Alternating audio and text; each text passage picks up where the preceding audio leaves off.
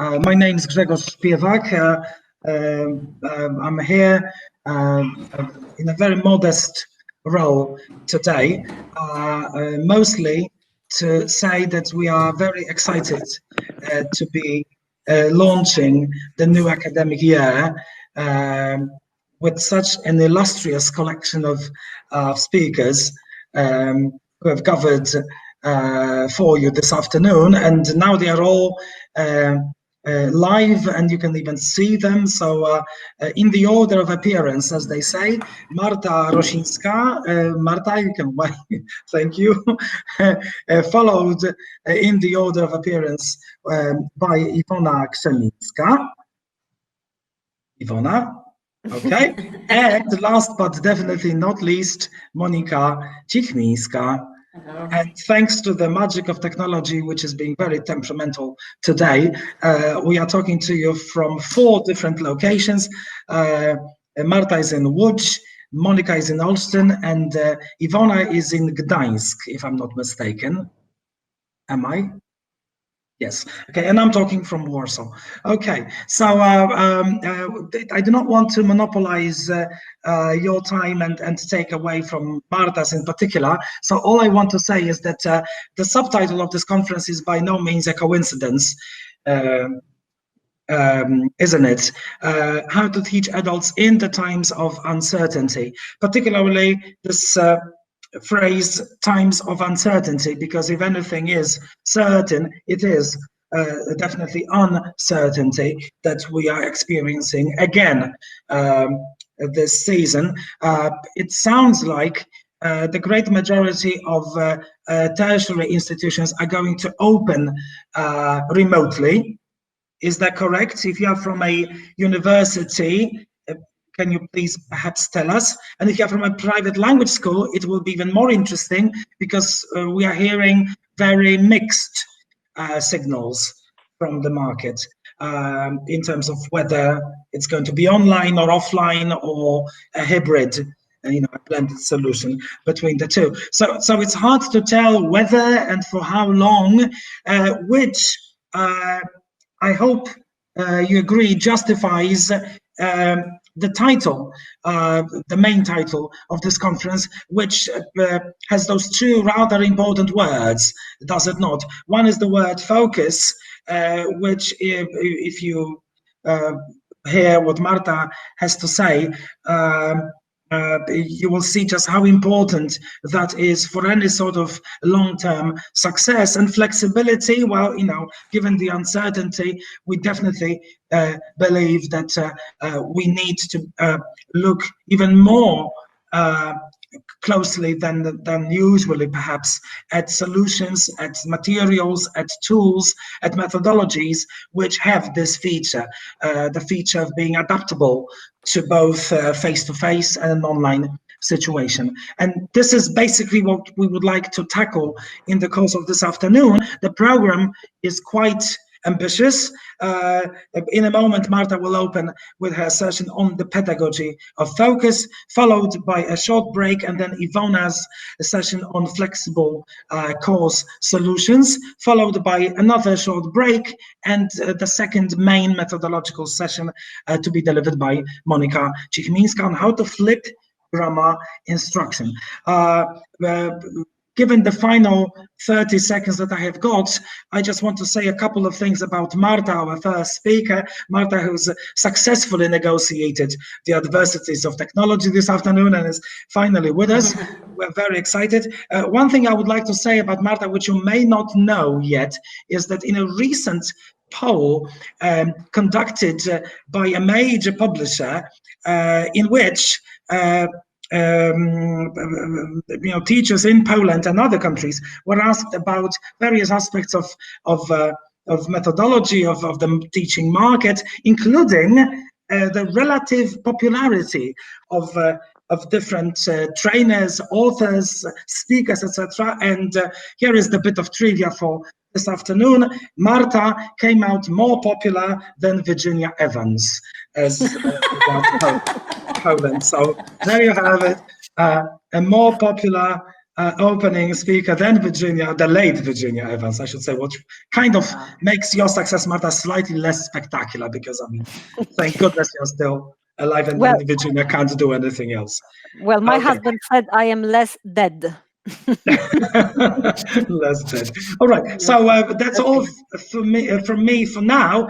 Marta, the floor is yours, and we are all ears, and very excited about this first session this afternoon. Okay, I just need my presentation. Yes, thank you.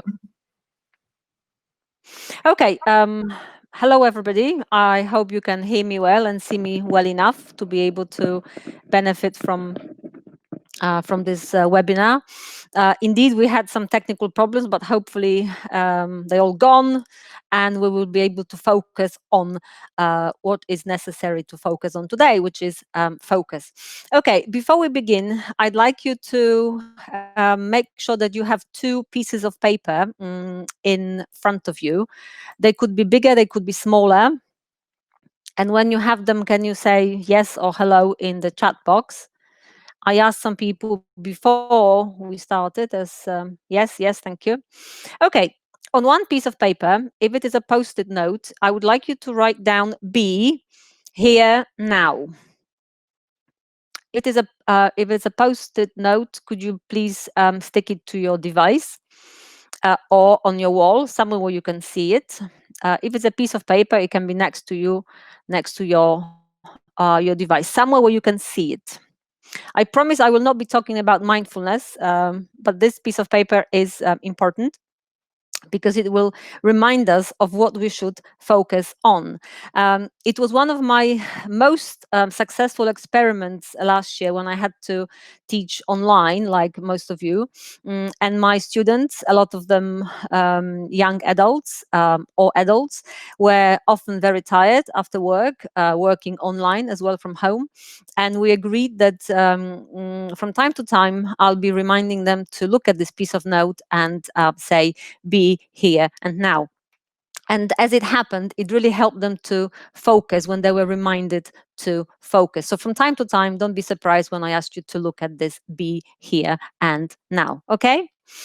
Now, the second piece of paper I wanted you to prepare, I'd like you to divide into something like this. So you have three sections on your piece of paper. The left section, the right section, and a small section at the bottom. We call this kind of note-taking Kernel Notes from the University of Cornell. Have you heard of this type of note-taking? Anyone? Yes, no, yes, no. Fantastic. So some of you may have been using this type of note-taking. Some of you haven't. That's great. Anyway, are you ready with these two pieces of paper? Okay, one with be here now, one with this type of note template. Okay, now why do we take notes? We take notes to remember things, and I'm going to conduct a rather nasty experiment on you. I will tell you the result of this experiment in about probably 15 minutes. So for now, just keep your notes, and when you hear something interesting or something puzzling or unclear, please write it down in the notes. As you can see on the right, you write ideas that you hear and you find important. On the left, you write questions because something wasn't quite clear. Okay, and the summary, please leave until the end of the webinar. Okay, are we ready? Okay, one little task for you on this piece of paper where you have be here and now. Can you please write down 2 digits from 1 to 6? So for example, 3 and 4, 1 and 2, 6 and 6. 2 digits from 1 to 6 on the piece of paper where we have be here now. Okay, 7 and 9. 7 and 9 is not a digit from 1 to 6, but we can try, possibly. Yes, 5 and 5, 2 and 4, 1 and 3. Excellent. Okay. Did you choose your favorite numbers or just random numbers? Okay, favorite, random. Okay, fine, no problem. But please keep these pieces of paper. They will be important, as you will see, hopefully, what I'm aiming at by the end of this session. Okay, my session is called the Pedagogy of Focus, and I don't want to sound immodest, but I think I have coined this phrase myself. In search for a new kind of pedagogy I need to use for especially online lessons, but not only, because I have noticed, like most of you, I guess, that our focus and our students' focus has somehow disappeared or shrunk. And I believe that as teachers, apart from other pedagogies we use, obviously we need to use this one, the pedagogy of focus. Now, can you see the photographs next to my photograph? They show, as you can see, possibly it could be a tea strainer or a sieve, and something called egg separator. Can you please have a guess why I decided to connect teaching about focus and the pedagogy of focus with these particular kitchen utensils? Any ideas? How are they connected? I hope you're not too hungry looking at this egg. Any ideas? Okay, yes, sifting important things, correct. Screen out unnecessary ideas, concept things, relevant pieces, focus on the core, separating, yes, important from the less important. Correct. So to some extent, this pedagogy of focus is based on indeed sifting through.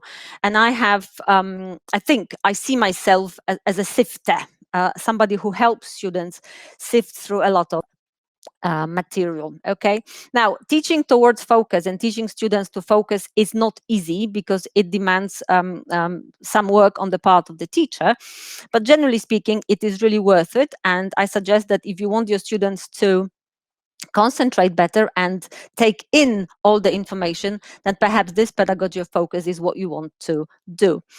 Why? Well, attention is not as simple a concept as this. It's not that we walk into the classroom or like this one, a virtual classroom, we say, attention please, and everybody pays attention. Even if they do, this only lasts for a split second. Attention doesn't work like this. Focus also doesn't work like this. We can't just walk into the classroom and say, hocus pocus, it's time to focus. It simply doesn't work. Our mind will pay attention, will focus for a split second and then go back to something that it was busy with before. However, what I believe in as a fairly experienced teacher is that that's how it works. No magic formula about it. So no hocus pocus, just focus. And please note that the word just here is absolutely crucial. As humans, we don't really have trouble focusing on things. We have trouble deciding what to focus on. I don't know if you experience the same, that you really want to focus on something, you can, but often you have problem deciding what to focus on, as there is so much coming into your brain at the same time. So this just focus means that it's a conscious process, a conscious decision of your student and yourself to be able to to pay attention to something. Now, there's certain, I would say, confusion about these terms. Attention can be voluntary or involuntary. If it's involuntary, it's something you pay attention because you feel startled, and that's not what we're going to talk about. I want to talk about voluntary attention. If this is strengthened by conscious effort on your part, then you end up with focus. So basically, the teacher's role is to help students find this attention, help students make this effort, and then you are more likely to end up with focused students than not. Has anyone read this book, or perhaps you've seen a TED Talk based on Daniel Goleman's Focus book? Have a look at the title, please. The title, The Hidden Driver of Excellence. Why do you think this book mentions focus and the hidden driver of excellence is the subtitle? Monica has read the book. Okay. Yeah. It's one of these kind of, popular science books. Sometimes people say that Goleman is overrated, but it's a fairly solid piece of research that he presents, and I quite like it. Okay, as you will see from the slides to come, focus seems to be what we need in order to succeed in many fields. Okay. What I was particularly grabbed by in the talk that Goleman gave were these key concepts. Have a look, please. Attention is under siege. Distraction is the new normal. Cognitive control takes priority over your IQ. There were tests done, conducted, that people who actually succeed in the end in their adult life are not people whose IQ is the highest. People whose cognitive control is under control succeed far more often than those who just clever. Cognitive control is basically the ability to control your mind and your emotions, so you can focus on things. Another interesting concept is inattention becomes a habit. So basically, the more inattentive we get because of technology, things happening, stress, emotions, everything else, sooner or later, this intention becomes who we are. So it becomes your habit. So it's difficult for you to pay attention again because it's not your habit. And finally, a very nice quote: "A wealth of information creates a poverty of attention." And that's who we have become. And I think there's a way back, but there are ways we teachers can employ in order to make sure that our students focus a lot. Okay, that's why it is called the driver of excellence, because it helps people achieve things better. Okay. Now, if we're not attentive, we may lose more than just focus on what we study, like isn't perfect. According to the research, inability to focus actually may deprive you of more. Yeah, so basically you lose relationships because you don't pay attention to people. You may lose the chance to learn something at a deeper level, career accomplishments because you miss deadlines, because you can't concentrate, you can't finish your projects, high test scores because you can't study properly. And finally, what seems to be the major problem and issue is your peace of mind, which all combined leads to all kinds of problems, which I'm sure we experience. Okay, I'll obviously show you lots of practical ideas in a minute based on the course book called Language Hub, which I'm going to use myself this year with my C1 students to show you how this focus can be perhaps sharpened is the way. Okay, do you recognize these two individuals? You've got Yoda and Dr. Anne Treisman. Does anyone recognize anyone?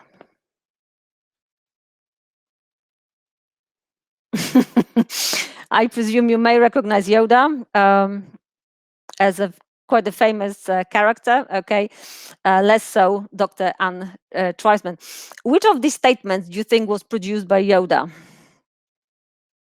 Oh, Yoda, I think is pronounced sometimes in such a different way by whether this is British or American English, I've heard.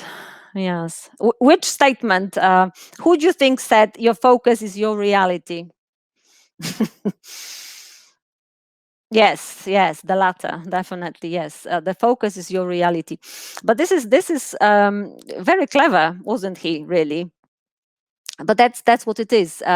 Attention defines our experience. So in the classroom, the students, whatever they experience is down to their attention. If the attention is not there, the focus is not there, then basically students' experience of the lesson is far less worth it.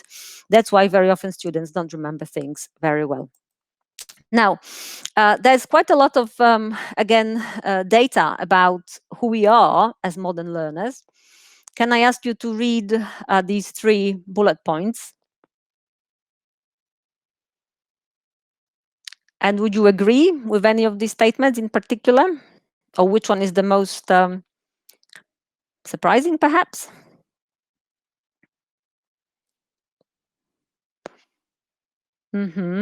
Second. Okay, for me, from my teaching experience, I noticed that long videos don't work anymore in the classroom. A couple of years ago, I used a book which had very lengthy pieces, about 20-25 minutes, and I could see my adult students switching off halfway through, starting even if the video was interesting. So now it's meant to be 4 minutes, so short videos will be perfect. How about the third one?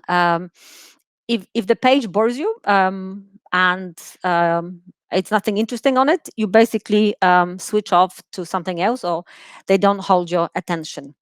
Okay, all of them, nothing surprising about this. No, it's just standard, I think, way of thinking about who we have become at the moment. Okay, how about these three?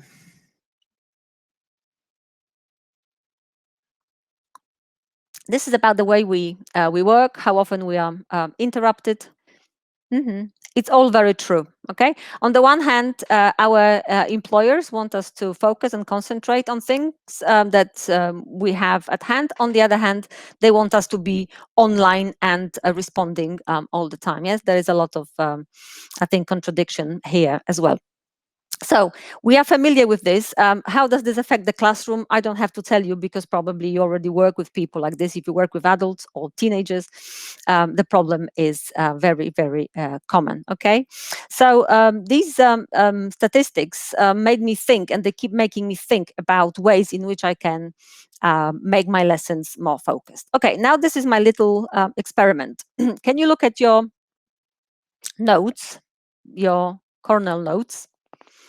What did you manage to write down on the right? Did you manage to write down anything on the right? Maybe something on the left. Okay, somebody has got 5 items. Focus, right. Okay, less is more. Yoke. I know how to shorthand. Okay, fantastic. Okay, success, your focus, reality. Okay, well, I must say you surprised me here, because in most cases, when you ask people to take notes, at least my adult students think, oh yeah, that's a very good idea. But then when I ask them after 5 minutes of talking or doing something in class, hardly ever anything is written down. Okay, well done. So that there are some notes. Fantastic. Okay, attention, conscious effort, etc. Okay, guys, that's very good. If you have not, keep making those notes, please, because we're going to need them in a minute. Okay. In one of the books I read recently, again, one of these popular science books, so if you're not into that, don't read it. But it's very good when it comes to give you certain ideas about how to focus students' attention. And I believe that this is quite true. Then when students lack feedback, the ability to focus for longer is these days a little less doable and achievable. That's why in my teaching, and this is, I don't know, I'm sure you do similar things, you give students times in between activities for them to reconstruct what has happened in class. Can I now please send you a link to something? Okay, are you ready for my link? I'll send you a link to something. Okay, are you ready? I want you now to have, like what I do with my students as well, to have a moment to concentrate your thoughts on what happened in class. I often ask them at this point to work in pairs and to see what they remember about what has just happened. I often monitor and look around and see what people have remembered or haven't remembered. Okay, and when I see that they are ready to answer my question, I send them or give them, depending where I teach, a questionnaire like this, which I'm now posting in the chat box. So can you please make sure that you get this link? Can you open it up, please, and see if it opens up? And please, somebody confirm that it does open up. Okay. Again, if we had more time, we would go through the whole process. But what you can see in front of you are questions based on what I have covered so far. If I teach a certain content, I also provide students with questionnaires like these. If I teach grammar, I ask grammar questions. If I teach vocabulary, I ask vocabulary questions. For example, does this word go with this one? What is the synonym of etc.? Yeah, it's like a questionnaire. Now, if you answer these questions, if you use Google Forms, you know that then you can display to the students how well they did and how much people remembered and what the answers were. So basically, this is a way of making sure that the students remember what has been covered, okay? And anything that wasn't part of the notes will end up there. So anything from the quiz that wasn't part of the notes goes into this, the notes themselves, okay? So this is one of my favorite ways of helping students refocus on things. Okay, we're going to look at some tried and tested techniques in a second here now. But before that, can you look at your piece of paper? Be here and now. Are you here? Are you now? I hope you are, because my students often, well, they said at the end of the course that it really helped them to refocus if for a moment their mind just wandered off somewhere else. Okay, what happens is the following. For me to help my students focus, I use 3 steps. One is content, what I choose to teach from. The other one is pedagogy, so what I apply, what kinds of, I would say, a way of thinking I apply to teaching. And the last one is really practical techniques as such. Now, I want to, in a moment, give you a nice brain teaser. I hope you like them, because this is something I discovered as well teaching online, not just in the classroom, that my students reacted really, really very well to any activities which were to do with guessing, trying to work out the meaning of something perhaps, or trying to work out the answer to a puzzle, as a little break in between more demanding grammar or lexical activities, for example. Now, when I look for books, obviously I look at things like grammar syllabus, I look at what vocabulary it has, I look at different things. But recently I have started looking for content. The content for me has to be obviously relevant, obviously interesting to adults, but above all, I want the book to have topics that I consider developmental. So I want my adult students to learn about focus, about attention, about concentration, about brain powers, yes, motivation, to help them function in real life as well. Okay, some of you have already guessed the answer. David's mother had 3 children. The first one was named April. The second one was named May. What was the name of the third child? Okay, the first thought is June. That's what a lot of my students said as well. I piloted this unit with my students last year. So yes, June was one of the names. Of course, the name of the child is David. Anyway, I find that the more you give your students the chance to use their brain to guess things, the better they concentrate during the lesson. So I use these brain teasers as a bit of a break.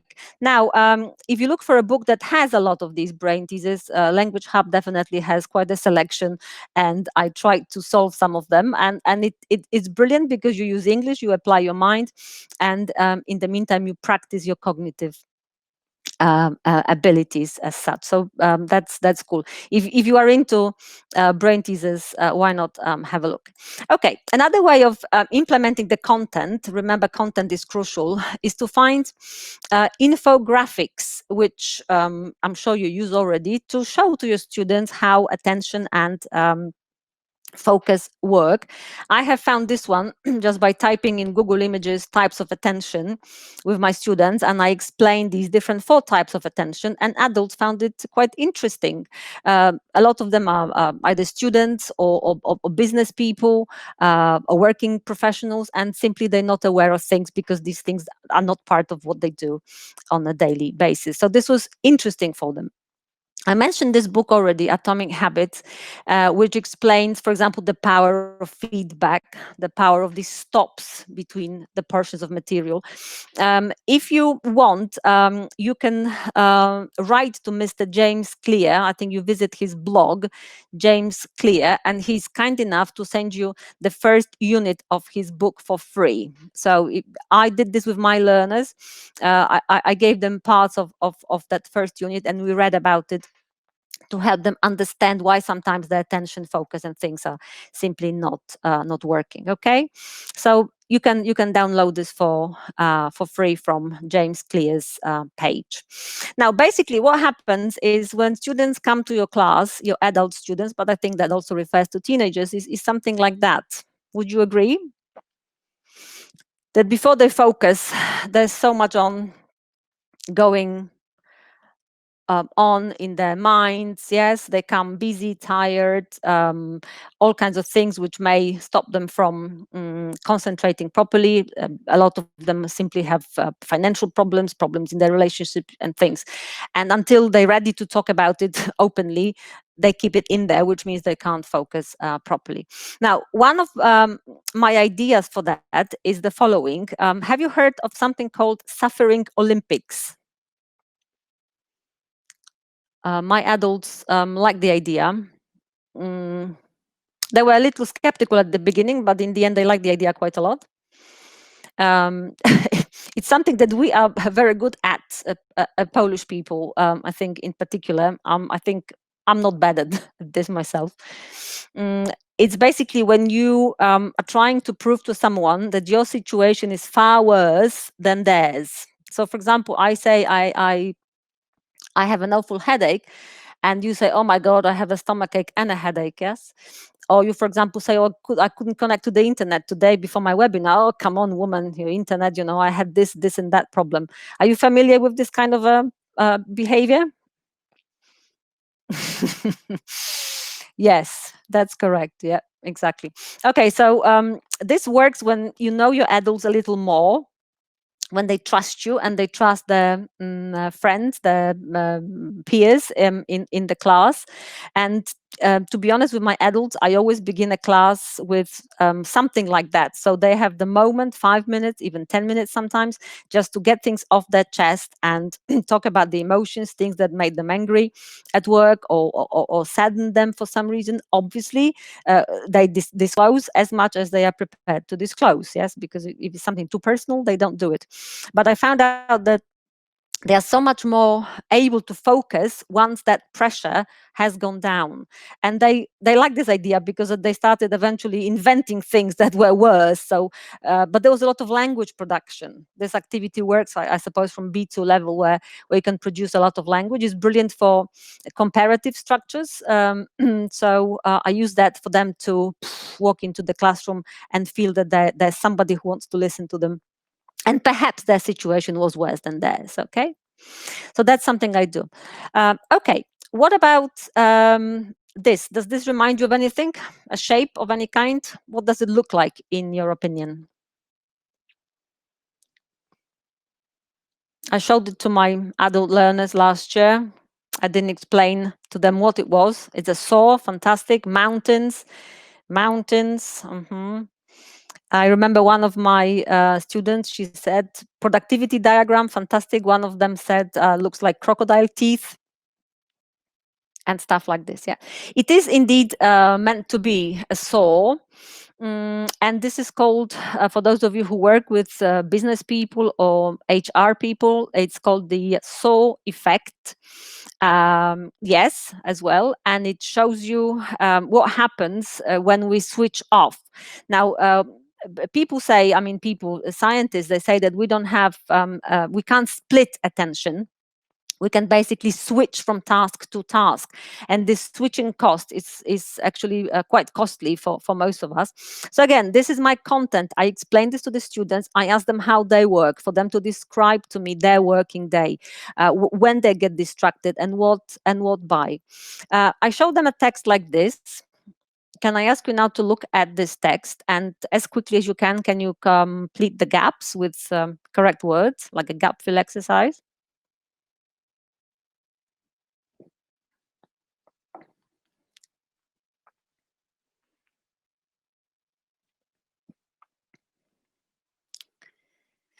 Okay, a typical, you probably got it, yes, a typical person, employee, worker, checks his, what do we check? Apparently every phone, every teenager, email, okay, every how many minutes? Every 5 minutes, okay. And that on average takes, so you pick up the phone, you do something else, you get distracted, how many seconds to resume the previous task? Okay, right, okay, almost there. These are the answers. Apparently, we check email on average, obviously every 5 minutes. It takes 64 seconds on average to resume the previous task. Okay, so in other words, because of email alone, one email, we waste 1 out of every 6 minutes of our productivity. Yeah, that's why somebody mentioned the word productivity, because focus is about productivity. So I try to, what I'm saying is to smuggle a lot of content about important issues to my students as a way of helping them to focus, understand how focus works. And at the end, we often find a nice quote for discussion. I like this one a lot because I think it's very, very true. What you don't do determines what you can do. Yes, and again, there's a bit of discussion. They talk about their working experience, etc. But I've noticed that the more I talk about these important things, the more people are aware of where time goes, how they waste time, how their mind works and keeps wandering. Okay, can you go back to the number I asked you to write down? There were 2 digits I asked you to write. Can you go back to these digits? Okay, and this is what I often do with my students. Well, teenagers, but also adults loved it a lot, especially with our online lessons. They had to throw the dice and ended up somewhere here, okay, somewhere here, and they had to do certain physical activities. So for example, if you have 1 and 6, you have to rub your entire right arm with your left hand. Has anyone got 1 and 6? I can't see you. But at this point in my lesson, I would like my students to do it online. Adults don't mind showing their faces, so I usually see them doing things with their bodies in class as well.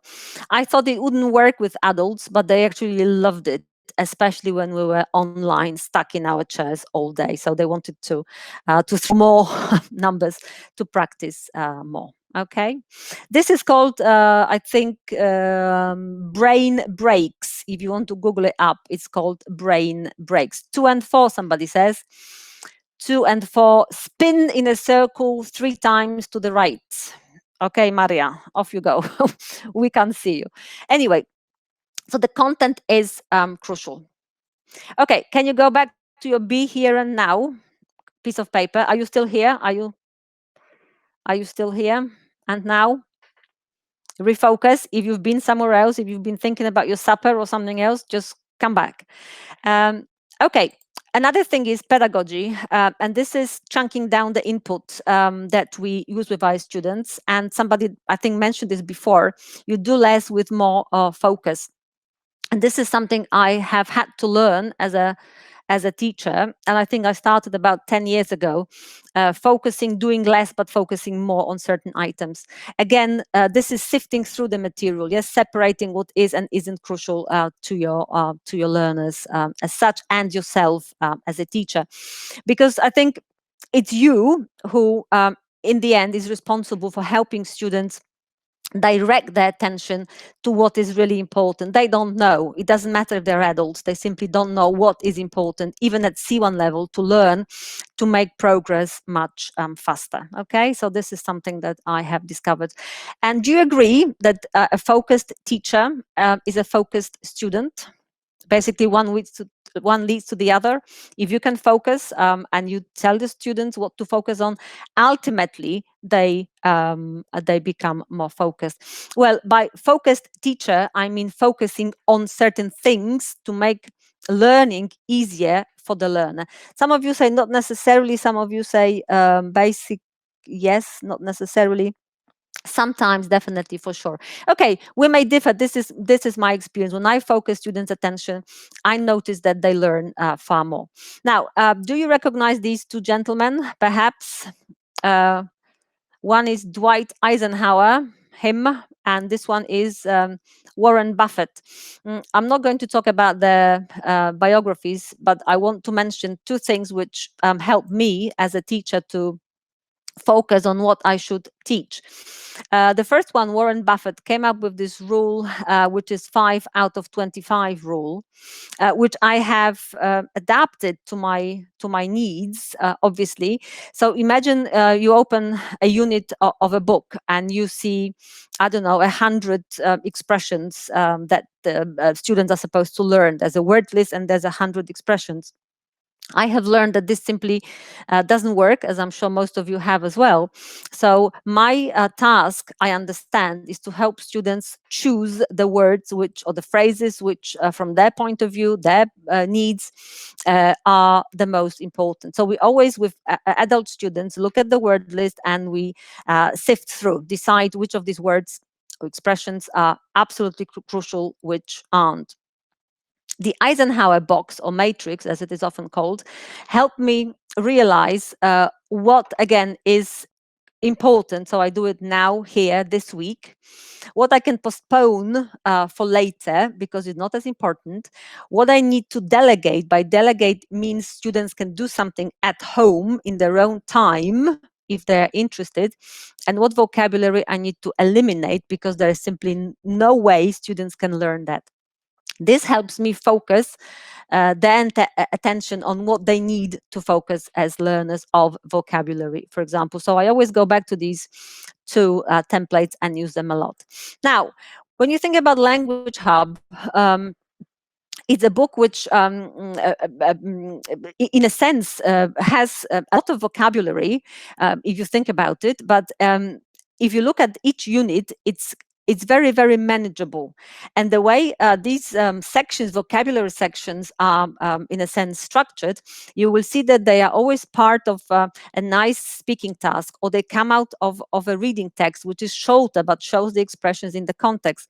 And when I looked at this, I thought, oh, that's the amount of vocabulary which I find manageable to teach and practice with my students. So this is something that I appreciate, that in the past, I used to look for books with lots and lots of vocabulary. Now I look for books which have enough but decent vocabulary that is really practical and achievable for learners to use. I'm sure you're also quite familiar with micro-teaching as such, yes, where you take a single piece of language, in this case it's vocabulary, and you practice this until students are blue in the face, okay? And this is what I like, because in this case, for example, you've got the phrase straight out of, yes? It seems a simple phrase, but students need to practice this a lot in order to be able to use it confidently. So this micro-teaching, especially when it comes to authentic English, is one of the really key concepts behind this book. So I like that, and you will find plenty of examples where your students can practice something like a little phrase, maybe a couple of phrases, but it becomes more memorable as such. Okay, can you look at your notes again? Did you add anything to your notes? Are there any words on the right? Any questions on the left? Is there something you disagree with? I like that in particular, because then it sparks of more discussion. The same in class, when students say, no, I don't agree, that's not part of my experience, yeah, that's not what I do. So again, you can say, why not? Compare, contrast, yes, it provokes discussion. Suffering Olympics, yes. Okay. So you have something in your notes. SOAR effect, Olympic, micro-teaching, yes. Micro-teaching is my favorite way of teaching these days, I think. And with C1 adult students who are actually very, very busy, it often helps quite a lot, okay? So this is what I do as a teacher. This is my pedagogy, I hope you also try to downsize and cut down the amount of work your students have to do. Don't just rely on the word list at the end of the unit. That's what you have to learn and take the test. Yeah, but that's something that I would like to see more often in teaching. Basically, not to be the slaves of the heavily loaded course book. Basically, okay. When it comes to students, they can also do things to focus and refocus a little more. And these are the techniques here. I don't know if you're familiar with any of these two books, probably. They have been on the market for quite a while. They have been very helpful to me and my students and my teaching. This one is full of practical ideas. This one has got some ideas. It's also about mindfulness a little, but it also has some techniques and ways that students can benefit from. What both of them say, and we can agree on as well as teachers, that these activities, have a look please, are very sort of are conducive to focusing. So I have decided to do more of these activities and do them more often instead of something else. So if I have a chance to run an activity like a board game or a memory game or word maze or something else, I do it more often because they simply help students focus. One of the ladies who was in my class said that she found it easier this year for some reason to concentrate. I believe that perhaps it was to some extent as a result of these kinds of activities as such. Now, I'm sure you also like course books with beautiful visuals, big proper visuals, so you don't have to look for your own visuals. I like that too. I found this particular photograph useful. I looked at it and I thought, what a nice way of comparing the two women. And I asked my students to look for differences and similarities between these two women. They have produced a lot of things, but looking for similarities and differences is focusing your mind, making you work on your cognitive powers. This was an interesting activity. There was another lovely visual from Cafe Hub. This is the part when you have these nice short videos in the book, but the visual as such is wonderful. And I asked my students, my adult students, to compare this cafe to the cafe where they had lunch. And what did they say? Do you think, could they compare the two? Do you think they remembered what the cafe where they usually have lunch looks like? Well, in most cases they couldn't. So I said, well, next time you go to your cafe, can you please focus, register details? We come back to the next class and we compare your cafe or where you go for coffee or lunch to this picture, okay? So again, focusing, finding activities which help students focus attention. I found this very useful to prepare with my students a board game or prepare one myself before the class, not after the class, not during the class, but before the class, and give it to the learners as a way of working on the appetite for the language as well. So I prepared a game, perhaps not as long as this one. Some of these squares were empty, or they had to do something else or simply skip. But in those other squares, there were questions about the language to come. Okay, the language to come. So kind of creating this atmosphere of, I don't know, I will find out, okay? And once we've covered the unit, they could play this game again to see how much they have learned, okay? So this progress, awareness of their progress, helped them again to want to focus a little more, okay?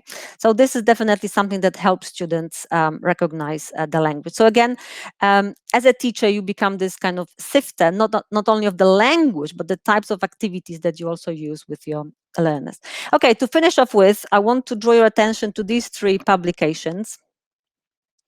I don't know if you have had a chance to read any of them in whatever language. I think this one has been translated into Polish. This one hasn't, and this one hasn't either. So I'm not sure. But what I'm driving at is that these books share something really fundamental, great ideas for if you want to understand why we don't like reading as students, for example, because in most course books you have texts which are as long as this.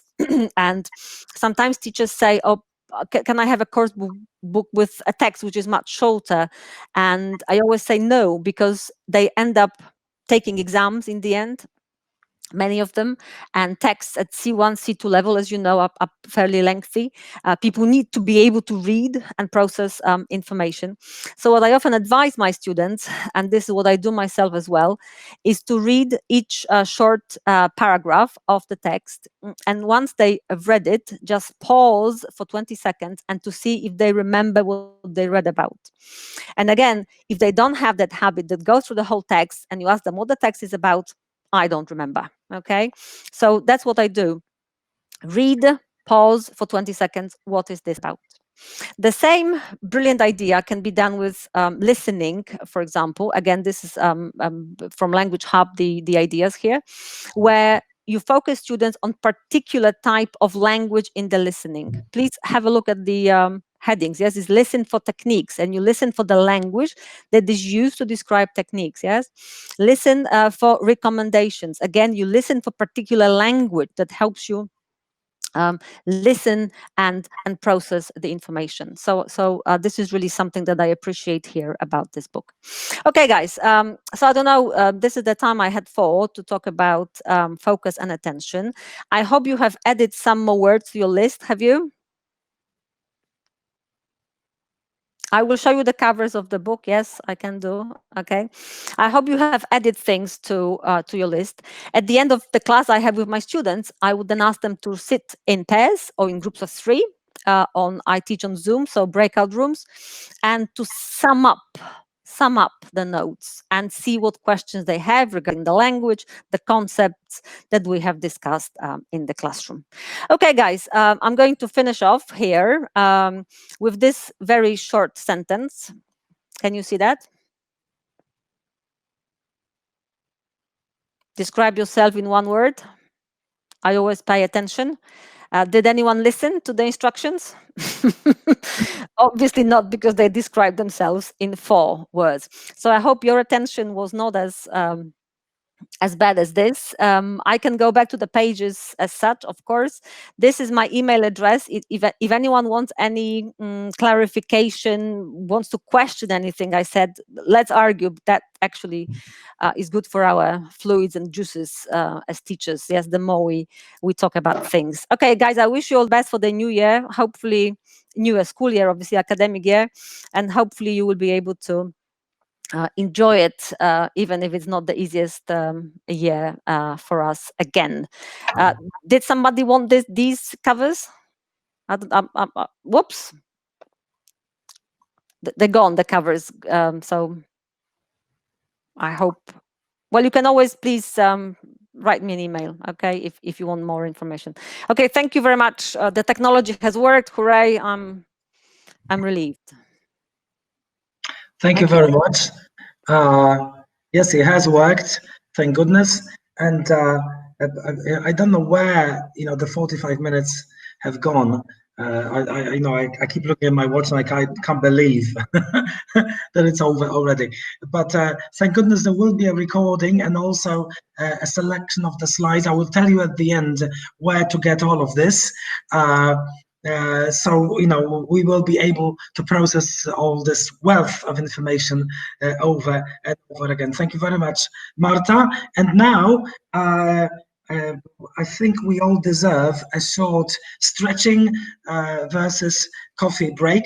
So let's, and it's not going to be 10 minutes any longer, but 6. And I hope everybody will be back at 5 sharp, so we can resume with the second session. Thank you very much, Marta, once again. Now you can sip your well-deserved non-alcoholic drink. I haven't had my dinner yet. Okay, guys, thank you very much. Bye-bye. Okay, thanks a lot.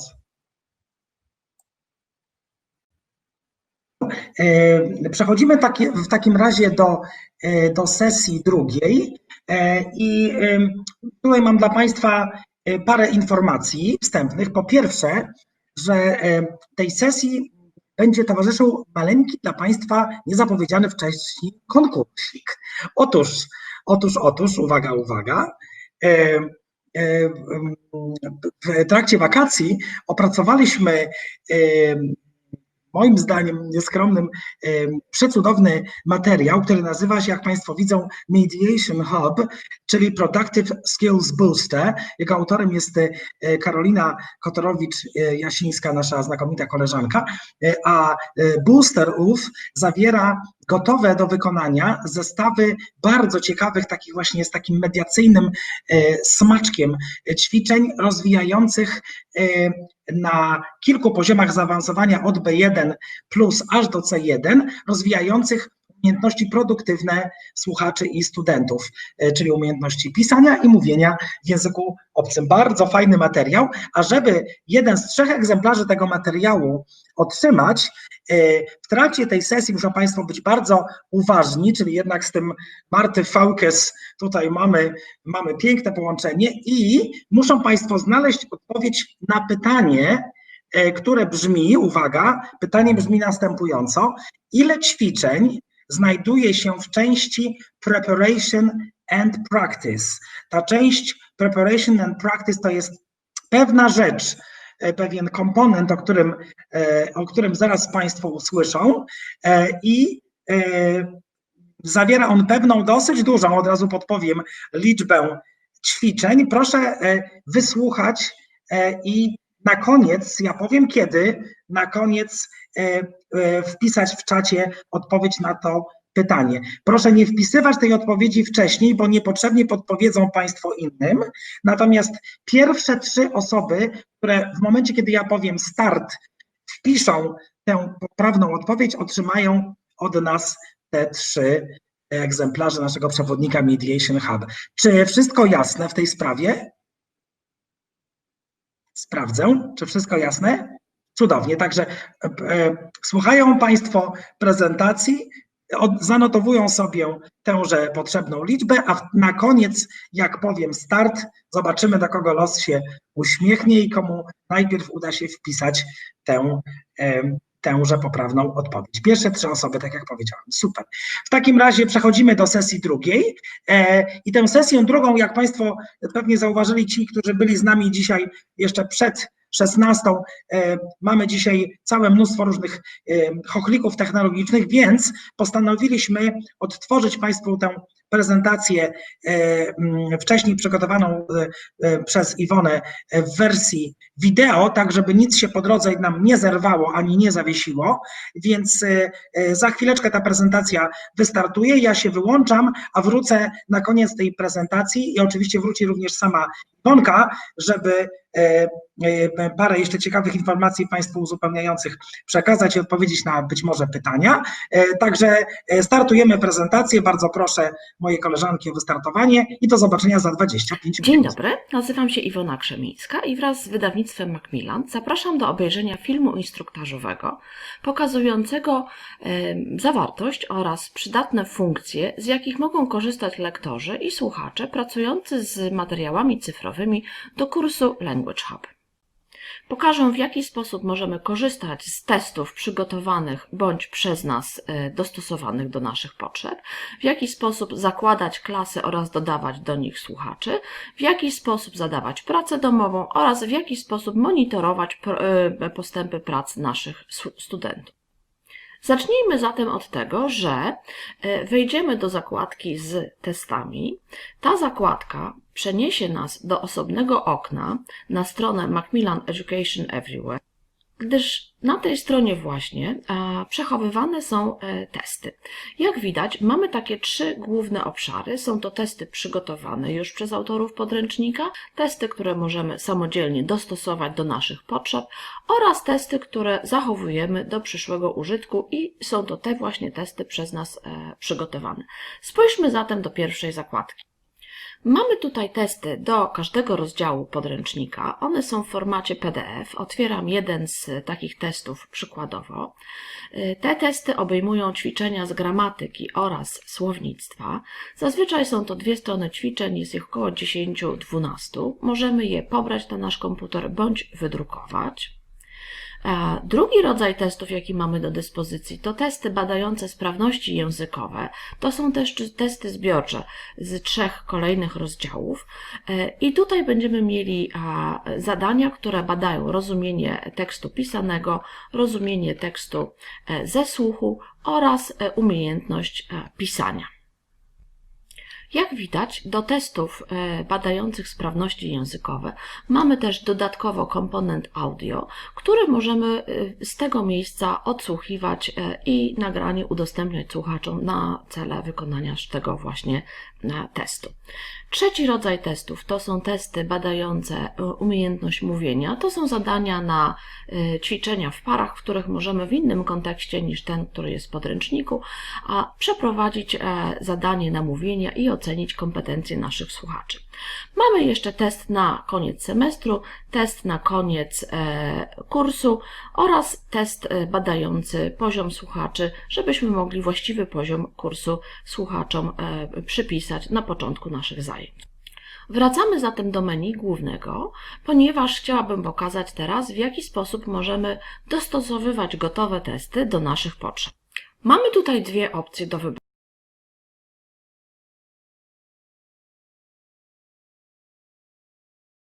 wyboru. Przede wszystkim, kiedy klikniemy opcję One by One, możemy wybrać, który z tych 2 obszarów, czy gramatykę, czy słownictwo chcemy testować, oraz mamy możliwość ręcznego wybrania ćwiczeń, które pojawią się na teście. To jest przydatne wtedy, kiedy na przykład chcemy zrobić tylko kartkówkę i w związku z tym potrzebujemy 1 czy 2 ćwiczeń na naszym teście. Drugi sposób to zdanie się na przypadek, na to, co nam podpowie platforma i wybieramy tutaj tylko i wyłącznie liczbę ćwiczeń.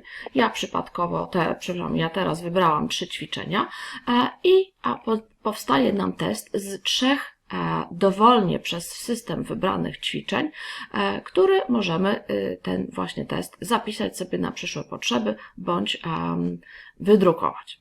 No i tutaj 2 bardzo przydatne funkcje. Pierwsza z tych funkcji to przygotowanie testu z otwartymi zadaniami, w których jest tylko i wyłącznie jedno przykładowe zadanie wykonane. No i te zadania w tym momencie rozdajemy słuchaczom. Druga możliwość to przygotowujemy sobie test z odpowiedziami i zastępuje to nam klucz. W ten sposób możemy mieć dogodny materiał do sprawdzania testów słuchaczy. Druga przydatna funkcja to możliwość losowego mieszania kolejności ćwiczeń po to, żebyśmy stworzyli 2 wersje tego samego testu. Oba warianty B i A to są te same, w moim przypadku 3 ćwiczenia, tylko w innej kolejności, no po to, żebyśmy mieli 2 wersje tego samego testu. Zamykam ten podgląd i przenoszę się z powrotem do głównego menu, bo została nam 3. zakładka, czyli testy, które do tej pory utworzyłam. Jak widać, mam tutaj 2 testy. Po nadaniu nazwy takiemu mojemu testowi mogę go tutaj sobie przechowywać, mogę go potem ponownie edytować bądź do niego wracać. Zamykam panel z testami, żeby wrócić do głównej aplikacji. Zobaczyliśmy, w jaki sposób korzystać z gotowych testów bądź dostosowywać je do naszych potrzeb. Spójrzmy zatem, w jaki sposób tworzyć grupy klasy ze słuchaczami oraz dodawać słuchaczy do tych właśnie naszych grup. Po kliknięciu w zakładkę klasy w menu głównym otwiera nam się okno, w którym będziemy mogli zobaczyć nasze już klasy utworzone bądź utworzyć nową. W tym celu nic prostszego klikamy okienko Add a Class i mamy tutaj możliwość nadania nazwy oraz przypisania kursu, czyli podręcznika do tej klasy oraz klikamy opcję Next. W tym momencie pojawi nam się okienko, w którym zadecydujemy, w jaki sposób i czy teraz będziemy dodawać słuchaczy do naszej klasy. Jak widać, mamy tutaj 4 opcje, ale ja gorąco polecam tę, gdzie słuchacze dodają się samodzielnie do tych klas. Get students to add themselves. A jak widać, pojawia nam się kod, który wystarczy słuchaczom wysłać w mailu, wysłać SMS-em bądź napisać na tablicy i słuchacze po wykorzystaniu tego kodu w miejscu, które za chwilę pokażę, będą się automatycznie przyłączać do naszej grupy, co pozwoli nam zadawać im pracę domową oraz obserwować wyniki ich pracy. Zamykam zatem to okno i widzę, że klasa czy grupa, którą przed chwilą utworzyłam, pojawiła mi się w moim panelu. Żaden słuchacz jeszcze się do niej nie dopisał, w związku z czym nie mam tutaj żadnej informacji o moich słuchaczach. Zamknęłam aplikację dla lektora oraz otworzyłam aplikację dla słuchacza po to, żeby pokazać, w którym miejscu słuchacz wpisuje kod, który przed chwilą Państwo widzieli na ekranie aplikacji dla lektora, po to, żeby się przyłączył do grupy przed chwilą utworzonej. Tu na dole w pasku jest opcja More, która otwiera nam możliwość dopisania się słuchacza samodzielnego do klasy. Po kliknięciu Join a Class otworzy się okno, w którym będzie można wykorzystać kod, jaki przed chwilą lektor mi przekazał. I w momencie, w którym wpiszę ten kod jako słuchacz oraz kliknę opcję Join Class, będę w automatyczny sposób poprzez platformę powiązany z klasą, którą utworzył dla mnie lektor. Powróciłam do aplikacji dla lektora, żeby przypomnieć, że obejrzeliśmy, w jaki sposób korzystać z testów oraz w jaki sposób zakładać grupy, klasy oraz dodawać do niej słuchaczy. W następnej części popatrzymy, w jaki sposób zadawać pracę domową oraz obserwować postępy prac naszych słuchaczy. Zaglądamy zatem do zakładki Homework, w której możemy zadawać nową pracę domową oraz widzieć prace domowe, które do tej pory zadaliśmy naszym słuchaczom. Zadawanie nowej pracy domowej jest niezwykle proste. Klikamy w ikonkę New Homework. Wyświetla nam się w tym momencie lista naszych grup czy klas, w której chcemy zadać pracę domową. Musimy mieć przypisanego słuchacza, którego wybieramy. No w moim przypadku jest tylko jeden słuchacz, w Państwa przypadku zapewne tych słuchaczy może być tutaj cała lista. Na przykładzie innej grupy pokażę, że możemy też zadawać pracę domową całej grupie, bądź też wybranym tylko przez nas słuchaczom.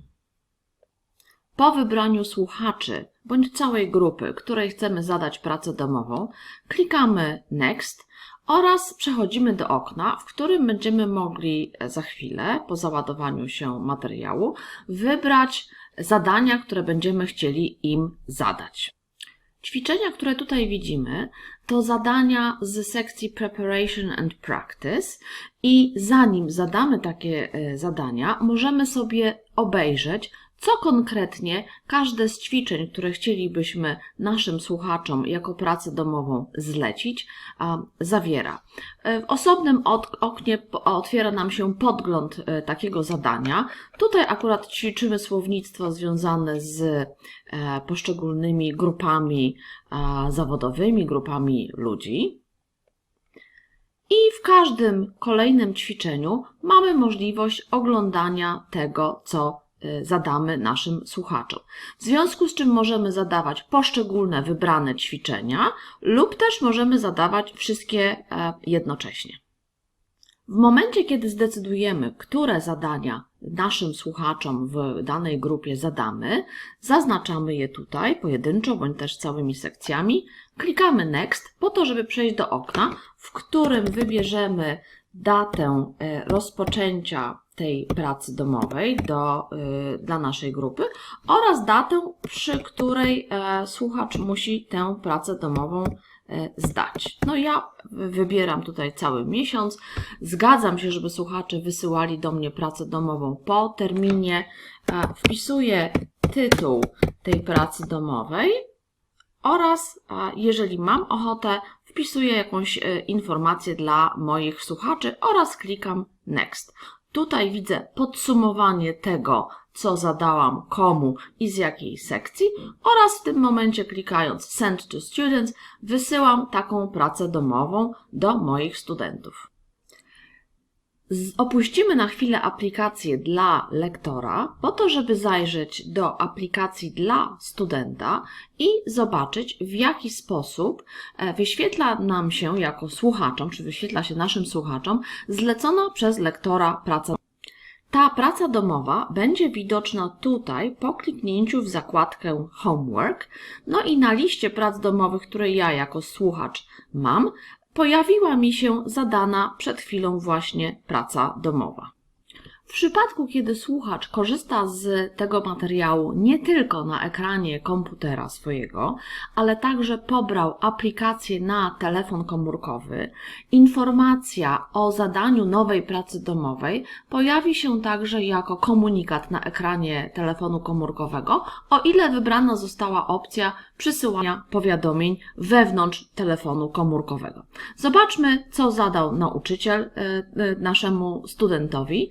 Pobieramy dane, no i jak widać jest to 6 ćwiczeń do wykonania, które mogę sobie w tym momencie zacząć wykonywać. Każde ćwiczenie otwiera się w osobnym oknie. Te okna mogę sobie oczywiście powiększyć, żeby było wygodniej mi to zadanie wykonywać.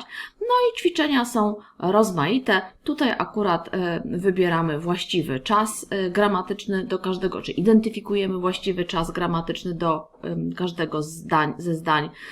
W tym ćwiczeniu mamy za zadanie znaleźć błąd gramatyczny w każdym zdaniu. Tutaj w kolejnym ćwiczeniu dopasujemy słowa z podanych tutaj poniżej do poszczególnych zdań. Jak widać, możemy się między tymi ćwiczeniami przełączać tą ikonką. Tu jest ćwiczenie na rozumienie ze słuchu.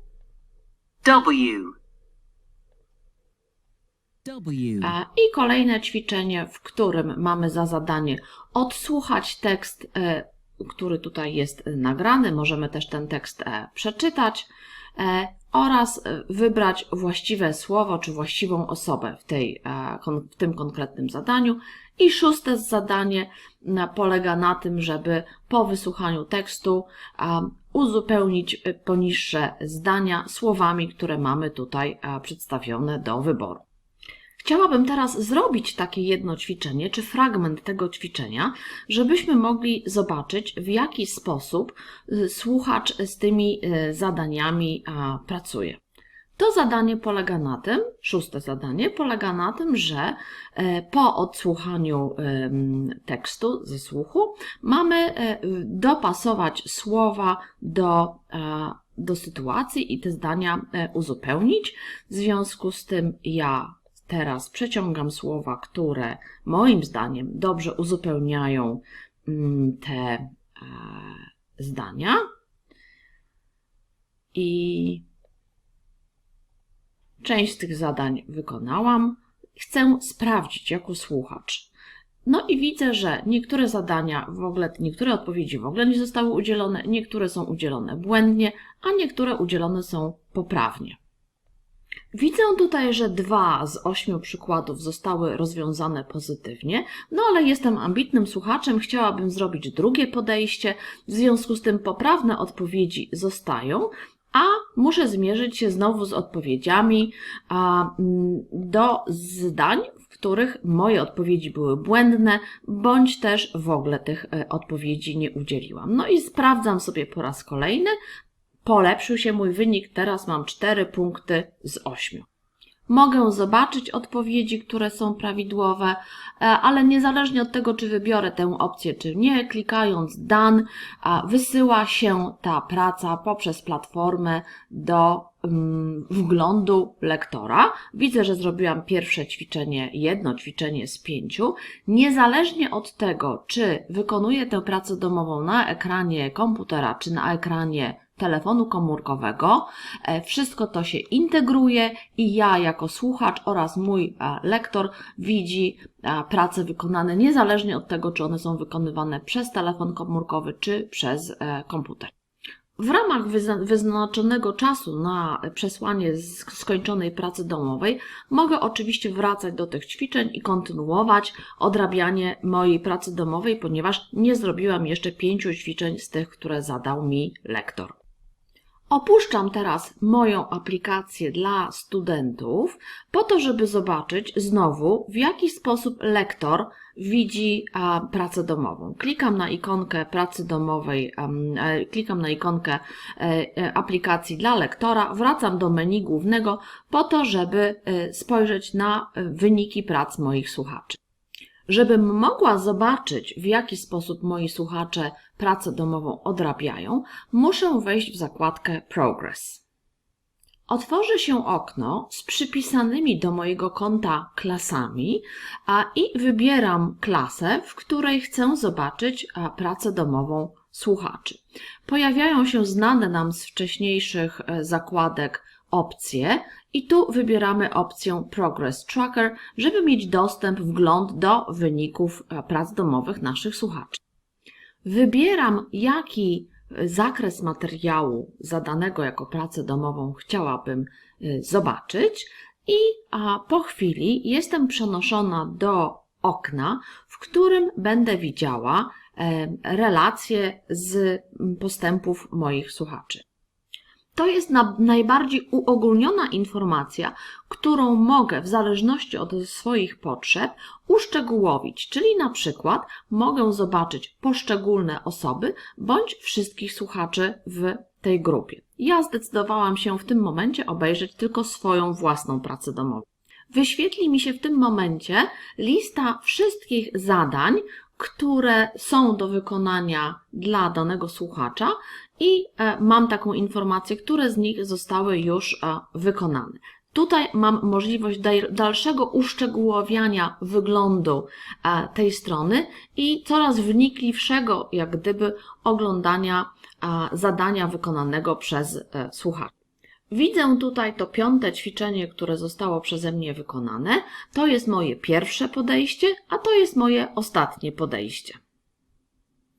Mogę też, w przypadku kiedy chciałabym wyeksportować dane dotyczące wyników słuchaczy na zewnątrz, poza tę platformę, wybrać w jakim formacie, czy CSV file, czy Excelu, ten raport z wyników moich słuchaczy chciałabym pobrać i udostępnić na zewnątrz tej platformy. Powróciłam tutaj do okna głównego, w którym mogę sprawdzać postępy prac moich słuchaczy, ponieważ chciałabym pokazać jeszcze jedną ważną i przydatną funkcję, a mianowicie wynik, który jest pokazywany. Mamy do wyboru 3 opcje, czyli najlepszy wynik naszego słuchacza, ostatnie podejście bądź pierwszą próbę, jaką podjęli słuchacze. I ostatnia przydatna funkcja to zakładka Notifications, w której pojawią nam się informacje o tym, że została nadesłana praca domowa, która wymaga naszej interwencji, naszej oceny, ponieważ niektóre zadania są zadaniami otwartymi, typu speaking albo writing i w sytuacji, w której słuchacz takie zadanie zrobi, tutaj pojawi się informacja, że ileś takich zadań zostało nadesłanych i wymagają one naszego sprawdzenia. Tu właśnie przykład powiadomienia z innej grupy na innym poziomie, że mój uczeń nadesłał pracę domową, która wymaga przeze mnie, jako przez lektora, sprawdzenia. Klikając Activity to Score przechodzę do okna, w którym otwiera mi się samo zadanie oraz praca, jaką nadesłał mój słuchacz.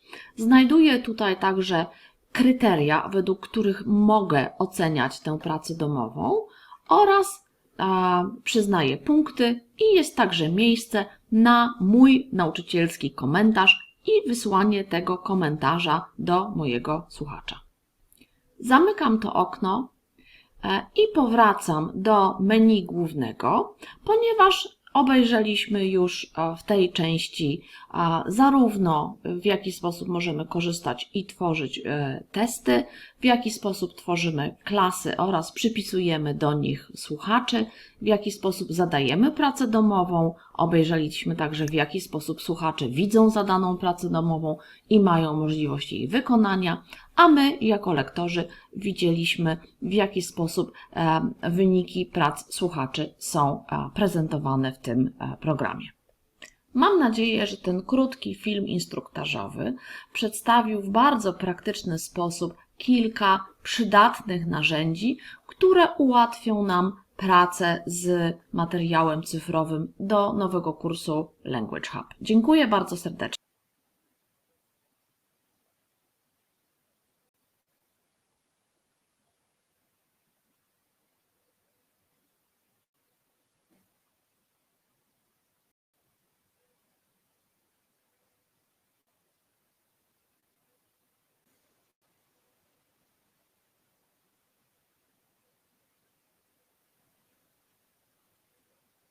Grzegorzu, czy mnie słychać teraz rzeczywiście i naprawdę na żywo? Tak, teraz słychać. A widać? Tak, wszystko jest dobrze. Fantastycznie, to ja chciałam się jeszcze upewnić tylko, że widzą wszyscy Państwo i Ty, Grzegorzu, ekran mojego komputera, bo teraz naprawdę już pracujemy na żywo. Tak, Grzegorz? wszystko jest dobrze.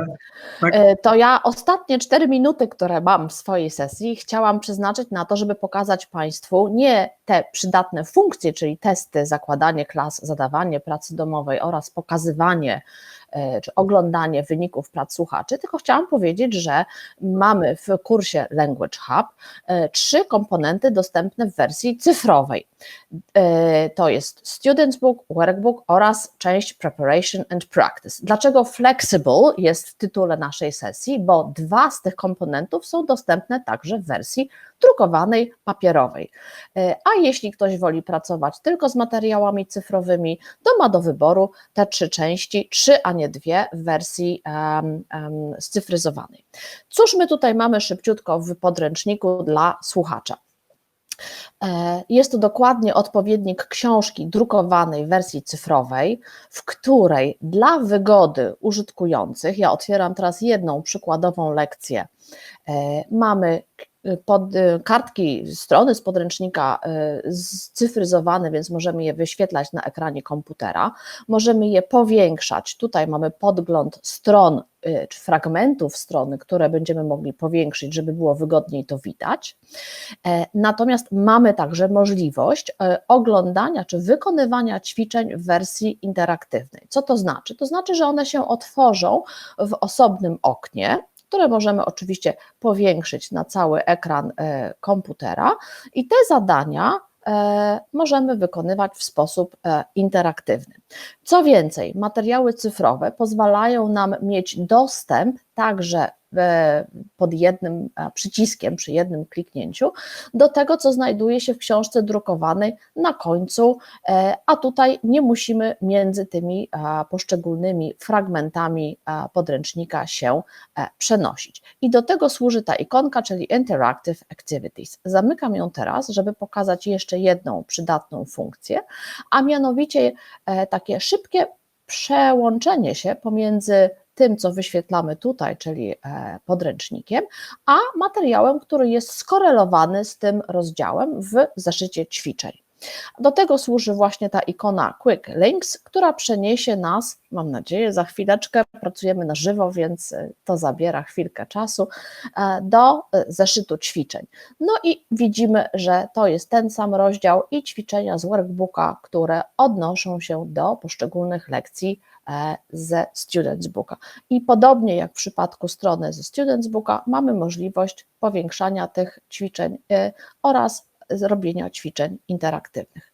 Wróćmy do menu głównego, ponieważ chciałam pokazać jeszcze jeden komponent, o którym wcześniej nie wspomniałam, czyli Preparation and Practice.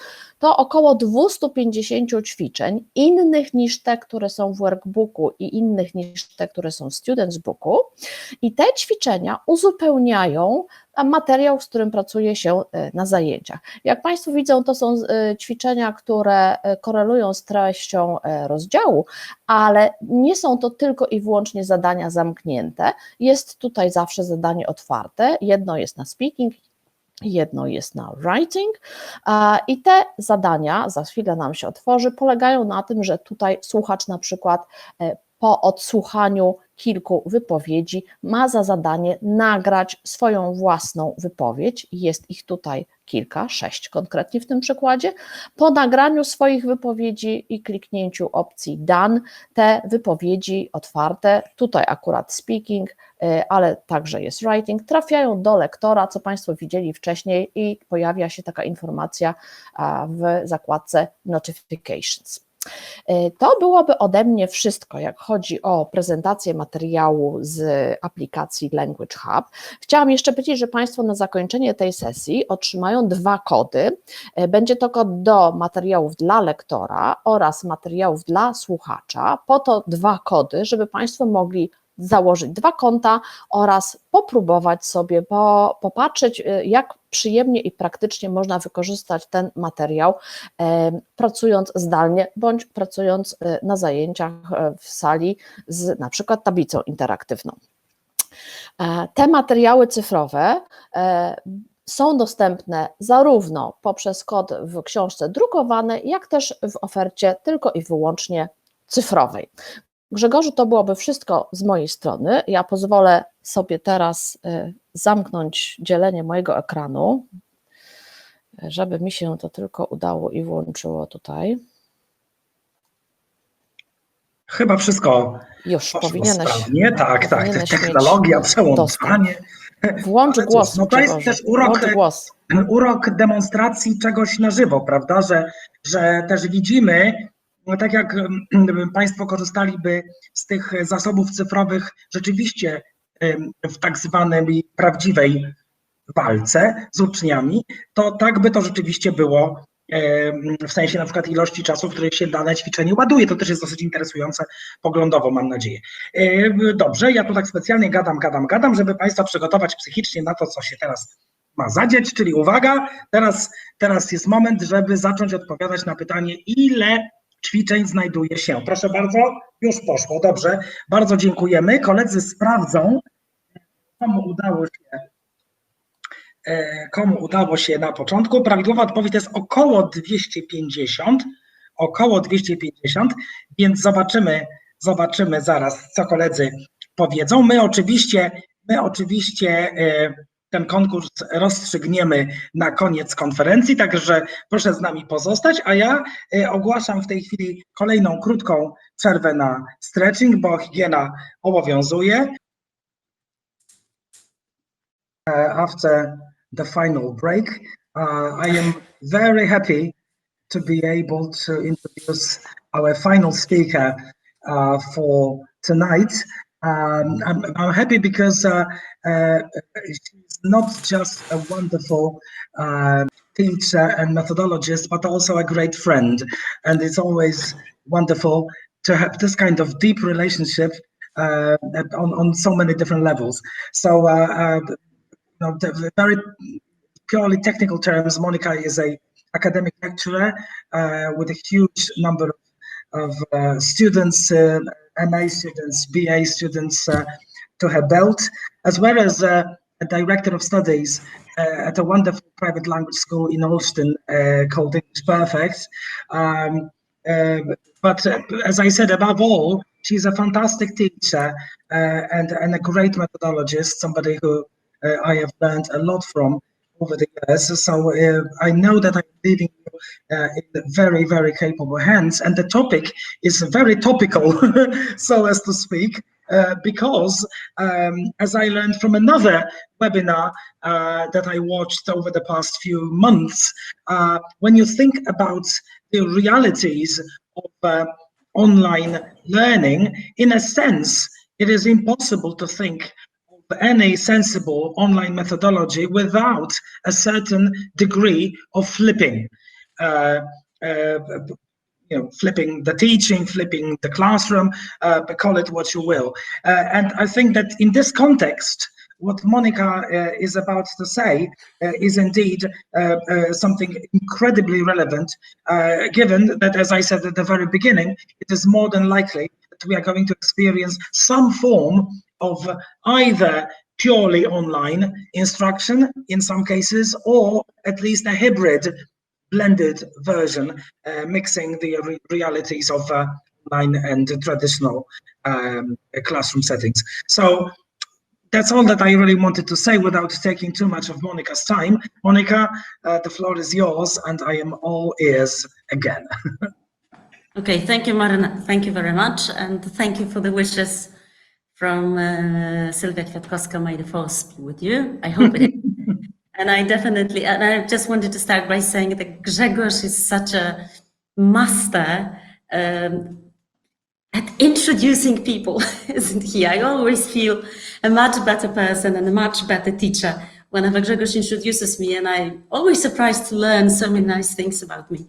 Okay, first of all, I'd like to say that, well, I do enjoy being here, and even though I'm not with you physically, but I'm here in the language school in Austin, it's fantastic that there are 215 people now. It's absolutely amazing. So hello over there, I hope you can hear me well.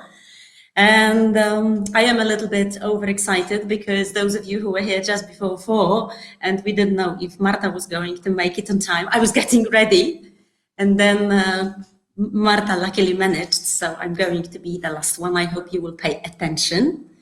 And hello to all the people that know me and everyone. I know it's fantastic that you're there. Okay, so I have the first confession I have already made. I'm really happy to be here with you.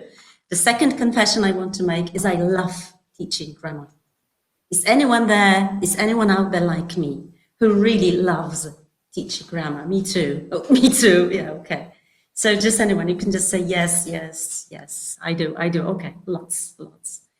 I know. So that's why I chose the topic. And I would like to start by showing you a picture, which I took at the very beginning of July. And if you think, oh, well, she looks so happy and relaxed because, you know, this is the beginning of holidays and she is already so happy that, you know, the lockdown has ended and the remote education has ended. Well, yes and no. Of course I was relaxed because my holiday has just started, and I'm enjoying myself because I did manage to keep up all the relationships with my students. I managed to lead almost all my MA students in the English philology to their graduation day, which was online, sadly. But I also managed to do one thing. I was really satisfied with how my grammar teaching especially went. And I was extremely happy also with the fact that I did manage to take a group of students, weekend students, who were not students of English philology, but English was a bit of an extended program for them. So I managed to take them on a journey which started by them, you know, taking an English class, online, weekend classes, and then turned into online teaching. And then, you know, in May, when I organized some extra classes for them because they had so many questions, we met twice or even 3 times on Tuesdays, 7 p.m. And they almost were there. And I thought, I was so proud of myself and I was so proud of the students. That's why I looked so happy in the picture. But we need to go back. At the end of March, I looked a bit like that. A bit pathetic, confused, and sad. And the hat was a bit of a joke because in one of the classes I taught, we had a bit of a challenge, like who's going to wear a funny hat or who's going to wear funnier socks or something like that.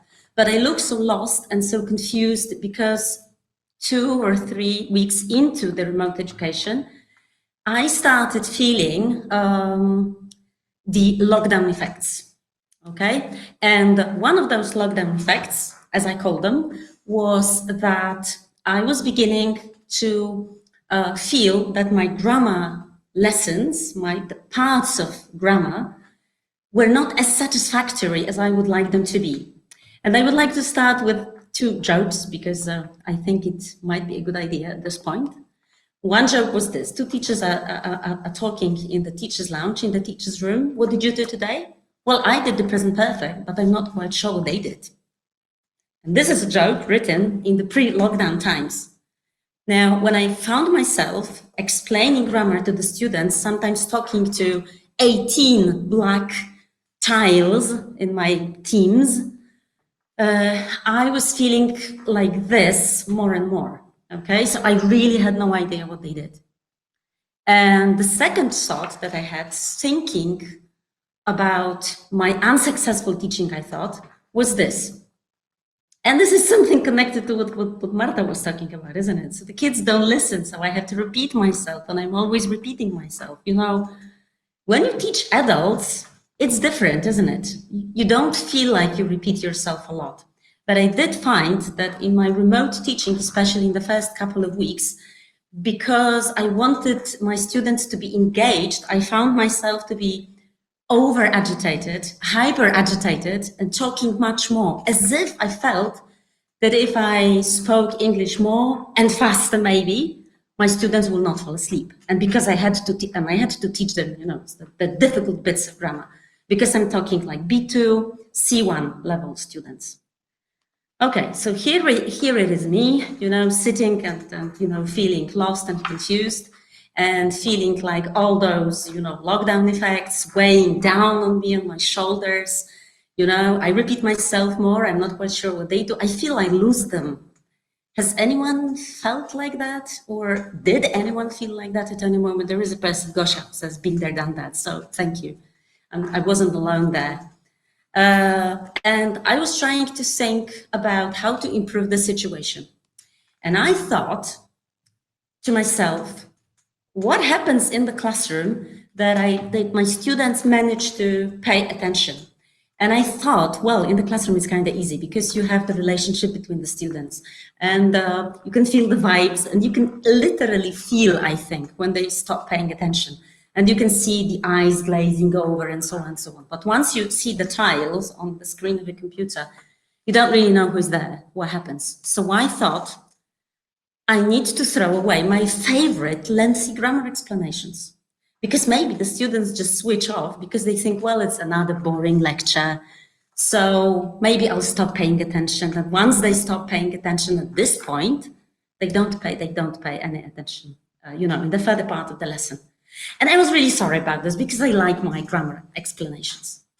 And when I was getting even more and more confused, my students, after the first 2 weekend meetings with them, told me, teacher, we appreciate the time with you online. So why don't we do all this grammatical kind of explanation, revision kind of thing at home? So we read the grammar explanations, we will do the exercises which we have in the workbook, the course book, whichever. And then in class, we will have more time not to explain everything again, but we will ask you questions about the things that we don't understand. And then you will explain to us the most tricky bits, and then we will do more exercises. And I thought, well, that sounds good. I mean, this was the students' idea, but I immediately thought, obviously, this is the whole idea of the traditional and flipped classroom, isn't it? So in the traditional classroom, I explain, and then the students do their job at home. And in the flipped classroom, the students read the grammar explanations, and then when we meet, we explain the things and we practice a lot. However, I had a lot of doubts about this flipped kind of teaching with adults, and I will tell you why. Because when you teach students, whether they're students of English philology or students of anything else that you teach, I suppose, or if you teach adults in a language school, you already have to deal with people who have already had grammar, I don't know for how many years, and they have covered, let's say, or they've done the present perfect, I don't know, 10 times, 15 times, and they've done their conditionals at least a couple of times. So what I found when I tried to do this flipped kind of teaching in the regular classroom with adult students in the language school, and with students was that when I asked them to read those grammar explanations from the book at home, most of the time they thought, I know it anyway. Why should I read it? So they came to class and I asked them questions. Do you remember? And they said, well, I didn't really read it. So all in all, what happened was that I had to go through the revision again. And I agree with Agnieszka that flipping learning is fantastic, but my experience was not so good with it, because, especially with grammar, because the students really felt, because they felt they had grammar explained to them so many times, there was no need for them to read the grammar explanations. And that the problem with the students is that you never know how much they really understand, do you? So to tell you the truth, as I said, I had my doubts about this, but I thought, well, if it's not working and I'm not happy, we have to do something, right? Okay, so before I go on and tell you how it worked and what I did in particular and how I think the idea has improved in a way spontaneously because of my students' feedback and my own ideas. So if you stay with me for the next 30 minutes, this is what I am going to talk to you about. I just wanted to give you some background. I have a question to you. Is there any cafe, coffee shop, bar, or restaurant which has closed down recently because of the pandemic, because of the economic crisis, or is there any place which is going to close down pretty soon? This photo is taken from one of my absolutely favorite places in Olsztyn. People from Olsztyn will know this. Kawiarnia Moja in Dąbrowczaków is going to close down on Friday. Yes, so this is something which is really going on, right? And well, I've always been a great believer in teaching English about the situations which are relevant, obviously, which I think is kind of obvious to you. I suppose. And what happened when I was piloting, testing this language hub B2 with a group of students was that there was a text which was exactly on a similar subject. So it was about a restaurant in New York, which was just about going to be closed. And it was interesting enough in itself, but it was also extremely interesting in May or at the beginning of June, because this was something that we were going to experience in Poland as well, right? So the restaurants and cafes, you know, closing down or just about surviving.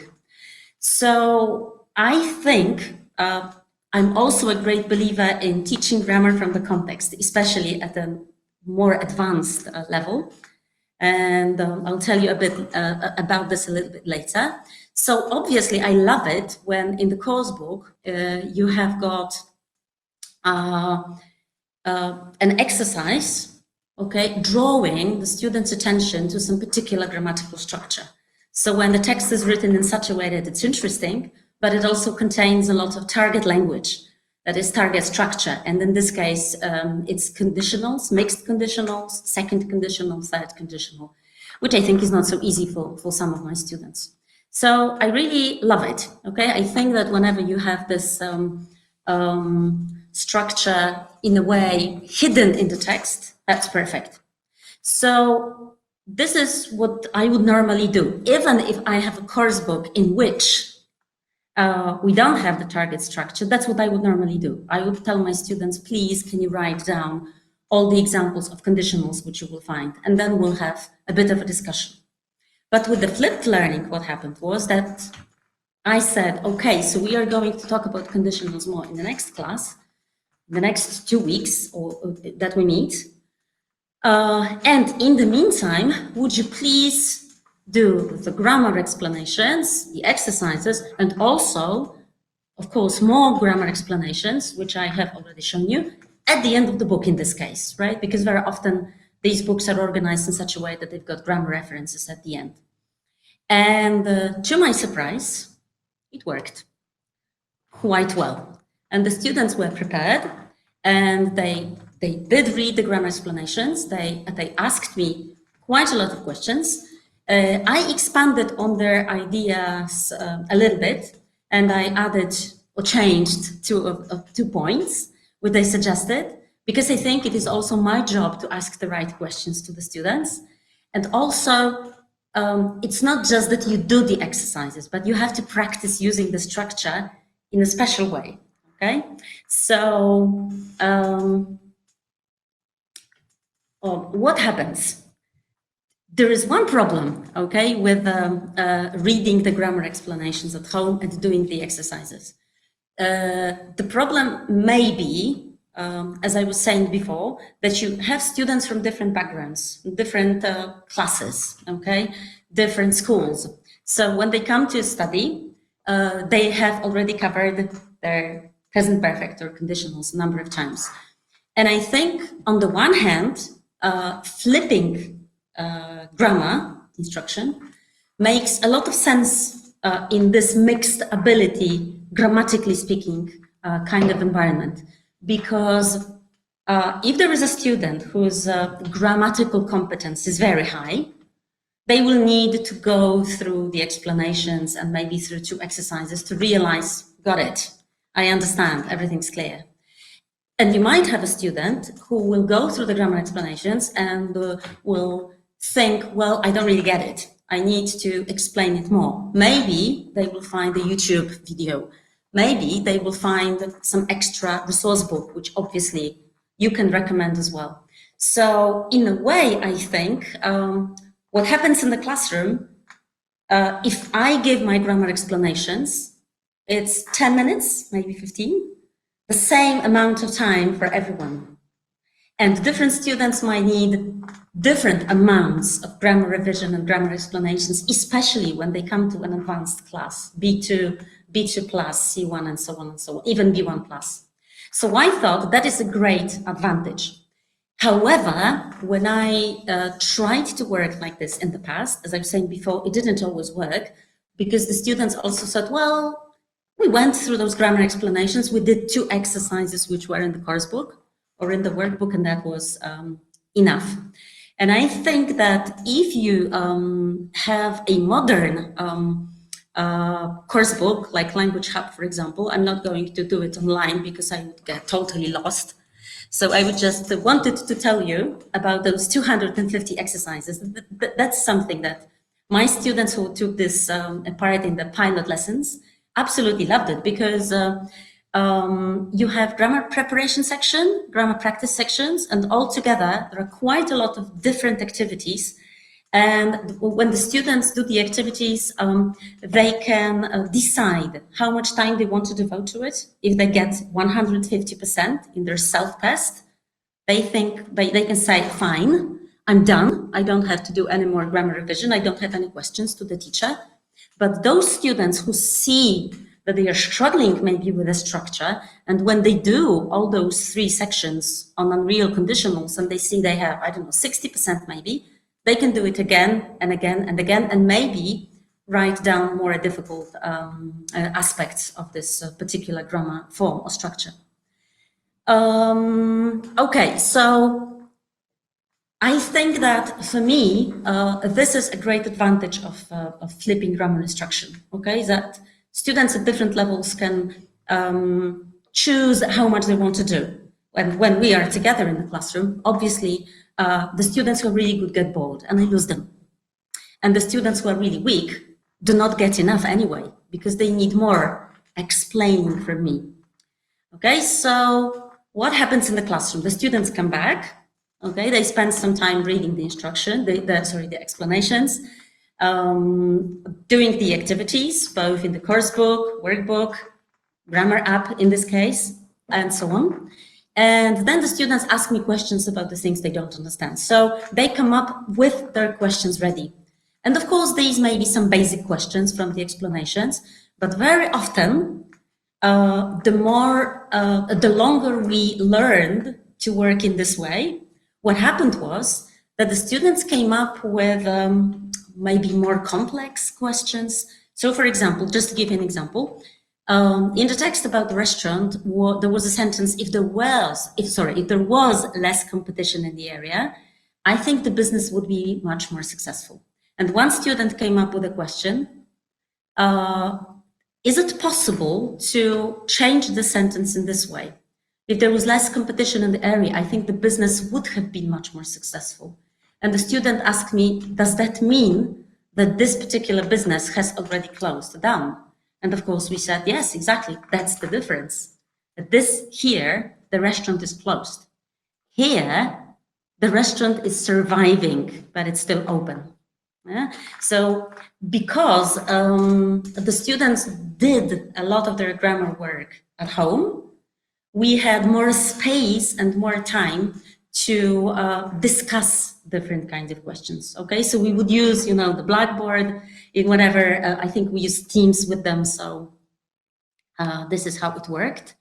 And of course, I explained the more tricky bits because, as a very experienced teacher, thank you, Grzegorz, for not saying that, because this is the way sometimes I'm introduced. A very experienced meaning middle-aged or something like that. So it is my job as well. Maybe not my job, but I feel it's my kind of responsibility to, in a way, predict and know where my students are going to have difficulties. And of course, I know they are going to have difficulties with the second and third conditionals, especially if they try to explain it in Polish or maybe translate it in Polish. And they say, gdyby było więcej ruchu w okolicy, gdyby było więcej klientów. If there were more customers, or if there had been more customers. So especially when they try and explain and translate into English, they fall into trouble with Wish, same problem.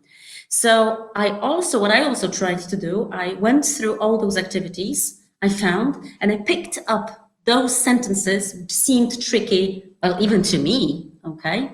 And this is an example from the grammar app. If he had finished the course, or if he finished the course, he would be qualified by now. Yeah? And a lot of my students chose finished, which is wrong. And why is it wrong? And of course, the difference is by now, because if it was he would be qualified without by now, yes, the second conditional would be okay as well, and so on and so on. And then because some of those grammar sessions went unexpectedly and spontaneously in different directions. Sometimes I ended up being asked questions, but is it the same like the future perfect? So when you use the future, whenever you have by, like by Monday, you need to use future perfect. So I will have finished my master's degree by Monday. And I say, exactly, that's it, the extended period of time. So related questions as well. What I also believe my job is to prepare some extra grammar explanations with relevant examples. I don't prepare a lot of exercises anymore because I tend to use the exercises I have available. I will show you how. But I tend to have a little more extra work prepared for my students to explain, okay? And here, as you can see, are some examples of mixed conditionals and the third conditional, which I prepared, and then we discussed it with the students online, sort of. And if you can see Anya and Alicia, so I prepared some handout for the students, which we did together, okay, in class. And then the students added their own examples to check whether they were thinking correctly. So Anya, if your mom hadn't met your dad, you wouldn't be sitting here as an example of a mixed condition. And I said, yes, it's a very good example.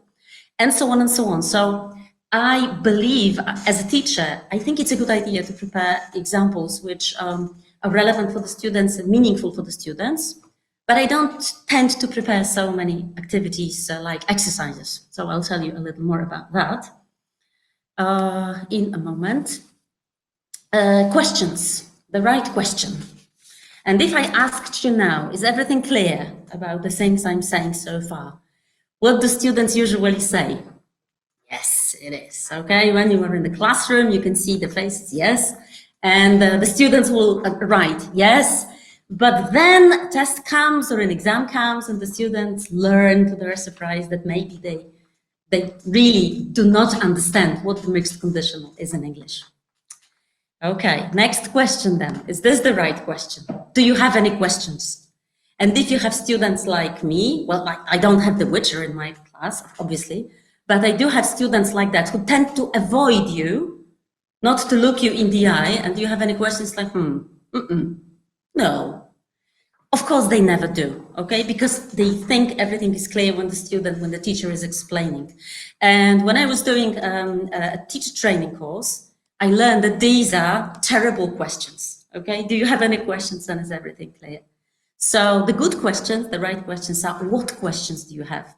Or you can be even more naughty, and you can put students in pairs, which I would normally do in the real classroom and in Zoom, when you can use breakout rooms easily, because in Teams you can't really do it easily. So one of the things I do when I teach grammar is ask me 2 questions about conditionals, because in a way I force them to look at the material and think, okay, well, I don't really get this. So even if the questions are very simple, it's fine, okay? Or can you give me an example of? And my favorite of those questions is, what is the difference? What is the difference? For example, and this is another screenshot I made from the grammar app. It's lovely, isn't it? Okay, probably some of you have just come back from a place like that. And I like it because there are quite a lot of exercises with such beautiful pictures. I like visuals a lot. So you have a choice here, right? And of course, the right answer is the beach would have more visitors if more people knew about it. It's empty, okay? So people don't know about it, and it's empty. My question to the students could be, would it be possible to say the beach would have had more visitors if more people knew about it, right? So I could use the third condition, or the mixed conditional, or maybe the third conditional, and I would put the students and say, in what context or in what situation could I use a sentence like this? Think about the situation, okay? So I don't want my students to tell me this is the second conditional, this is the third. I want them to tell me when. Here, are we talking about this year, or are we talking about last year? And some students would answer correctly, some not. Yeah, some of them would say, well, it must have been last year, so maybe this beach is not popular yet, okay? I like when they think, right? When they hypothesize, yeah? And this worked pretty well. And this is an example which was made by a student.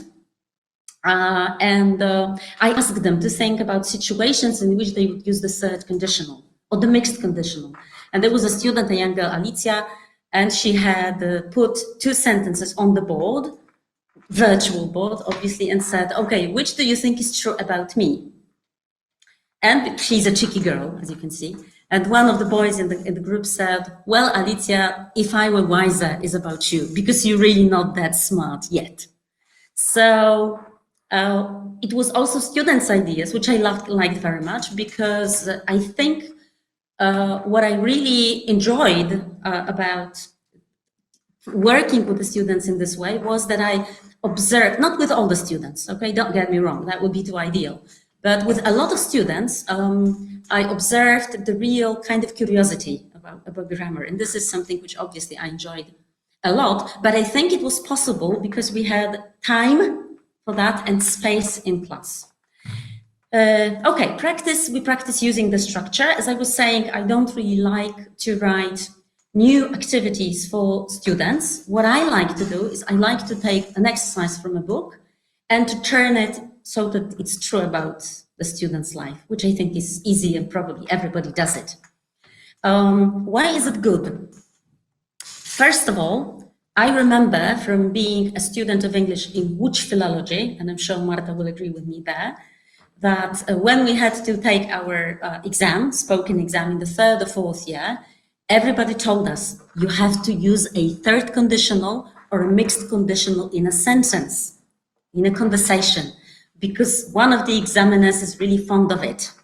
So I would sit down, in front of the mirror, and I would practice saying those lengthy sentences full of have, had, been, had, would have, and so on and so on.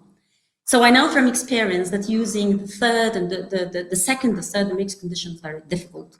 A lot of these lengthy structures are difficult to use spontaneously. So I would normally take an exercise which the students did at home, and I would ask them to sit down and write 3 or 4 sentences in such a way that they are true about themselves, and then in pairs read them out to each other or try to say to each other. Okay, so for example, one of the students in that group said, if I hadn't started studying, I wouldn't have met Adrian. Adrian was her boyfriend, okay, for some time. They met in the first year. And another one, if I started a business, I would open a translating office, as I'd like to translate games. Of course, this is also personification, isn't it? So it's nothing new, but I thought, I always think that if I give my students a chance to write down and then say those lengthy sentences, I think it's a good job, okay? It helps them to use those long sentences, long structures more easily in speaking. That's another thing which you can do. You can take those examples from the app or the book, okay? And again, use the structure, change as little as possible in the sentence, but write it in such a way that is true about you, about the place where you live in, and so on and so on.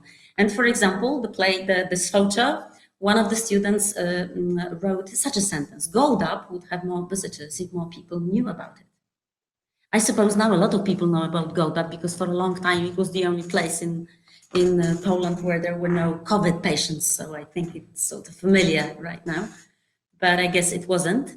So can you see me? Yeah, I think that it's a perfect opportunity when you have good exercises, a good course book. Why should you write your own activities? I mean, they are there for the taking. It's just that you need to make your students maybe change them a bit before the students have to use them in speaking, like real speaking, maybe dialogues or conversations. Okay, and here's another one, which I wanted to share with you. At the end of May, we were also revising Have Something Done, which I think Polish students do not feel it's kind of useful, the structure, because it always comes with, or very often, it is connected with like having your roof repaired or having your room painted. Not a lot of young people would treat this as a kind of natural circumstance or occurrence, I suppose. And I thought, okay, we are learning online. A lot of things in our lives have changed. It's the end of May, more or less. So I thought, let's divide our time into before lockdown and after lockdown, just like you have before birth, yes, and after delivery AD.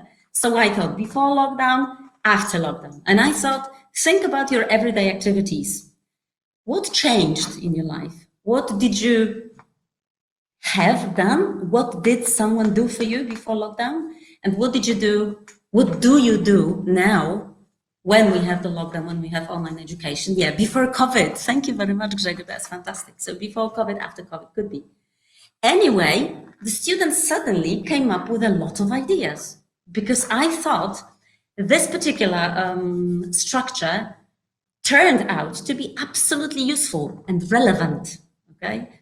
Not just, some kind of imaginary context, but in this case, it was lovely. So I had 2 examples, one from a boy, right, from my group. I had my hair cut, I cut my hair because I bought this special hair shaper, he says. And one of the girls said, I had my nails done like every 2-3 weeks. Now I do my nails. I bought a special something, to make your nails look good. And now I do my nails. I also do my sister's nails and so on and so on. And we all heard the story of how you can do my nails, how you can do your own nails, and also save a lot of money. Well, and we had a really interesting class with this maybe not so sexy grammar structure. And I think this is also what flexibility is about, isn't it? That the topic of the conference is flexibility. That I think that I, as a teacher, I always find it challenging to find a topic which is absolutely relevant for a given grammatical structure. And in this case, it was a smash hit, right?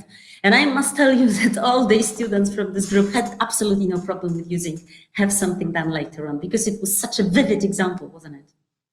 Coming from a book, of course. And now I want to make you think about personalizing grammar, not about personification, because I am a linguist, right? Apart from being a teacher, which I love, I love language. I love teaching grammar and I love language, and I think that it's one of the most interesting things to study, maybe apart from the human brain. And I think that I am successful as a teacher of more adult students and slightly more advanced students if I manage to take them to this point on our journey, personalizing grammar, when they really know what they can say with a certain structure. Like, well, before the lockdown, I had my hair done. Now I do my own hair. And Alita's example from a date, yeah, if I were wiser, I wouldn't have gone on the date in February, but I'm still not very wise, and I just go on dates with just any guys. This is your own grammar. This is using a certain grammatical structure to express yourself. Yeah. And I thought, that's why I was so happy on the speech, because I thought it worked really nicely with this particular group of students. The same effect happened with English philology students, but that's obvious because they are obviously interested. Although no, it's not so obvious that they like grammar so much, if you know what I mean. But I thought that this spontaneous idea of my students, my bad experiences with flipped teaching earlier, took me to this moment that I realized that it just makes sense, okay? That if you do flipped grammar with a focus and meaning, it is going to work much better because it saves you time and it gives you space so that you can notice, so the students can notice a lot of things they already know or don't know on their own at home, I guess, and maybe try to understand and reflect on it. And then language use, a little bit more reflection and understanding happens in the classroom when we explain things together, when we bounce back ideas and sentences and example, because really it looked as if we were bouncing back sentences and ideas at each other. I think sometimes they even dared me and said, what would you say is the difference between this and that? Yeah. So I think this is what happened, and personalizing grammar is really, grammar is there to be used. And if I could just give one quote from the lady I absolutely admire, the linguist of the Polish origin, Professor Anna Wierzbicka. She wrote a fantastic book, The Semantics of Grammar, and she says that language is an integrated system where everything conspires to convey meaning. So words we use, the intonation that we use, and the grammatical structures we use, it all means something, and it's used to mean something. It's just a set of rules. Sometimes with more advanced students we talk about it, not very often, but sometimes we do. But this is the quote which is in a way always with me. I always have it at the back of my head, and it kind of works, and it will work. But I think it's important to remember that it's a good idea to use all possible resources. So I don't have to write a lot of my own activities. I write a bit and a small number of examples, okay, sort of difficult examples, but I try to use all the possible resources I have. So the course book, the workbook, the app, the films, and the student's head. And now I want you to have a look at a short film, which obviously is a very nice video, and it's 2 minutes. Maybe we'll not watch all of it. But this is a series of films which are used for communicative purposes, but I wanted to show you how you can actually use it with grammar in mind. Yeah, so just a short.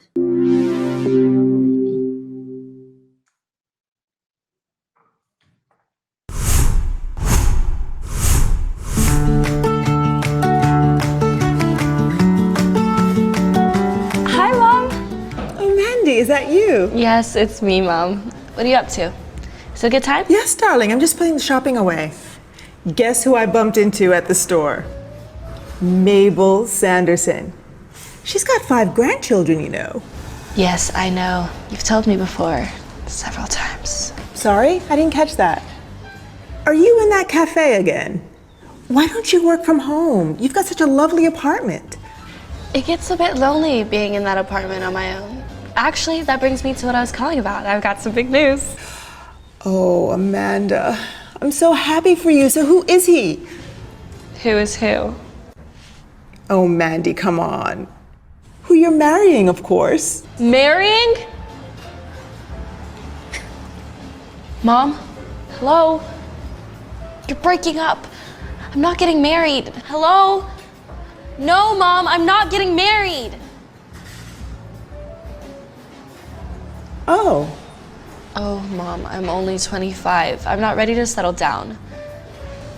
Unless the right man comes along, that is. Okay, I hope you have you get the idea of what those films are and how long they are. And what I do with it is, of course, we do on all this, the fun, the jokes. One of the first question that accompanies this video in the course book is, what was the first thing that the mother mentions? I don't know if you paid attention to it, but the mother says, "Guess who I bumped into?" And of course, there is this whole talk, and the students say, "Oh yes, parents are like," they ask questions like, "Why aren't you married yet? You are 25." So I think it's quite a familiar kind of situation. So it's perfect. It's a lot of good vocabulary. It's kind of nice.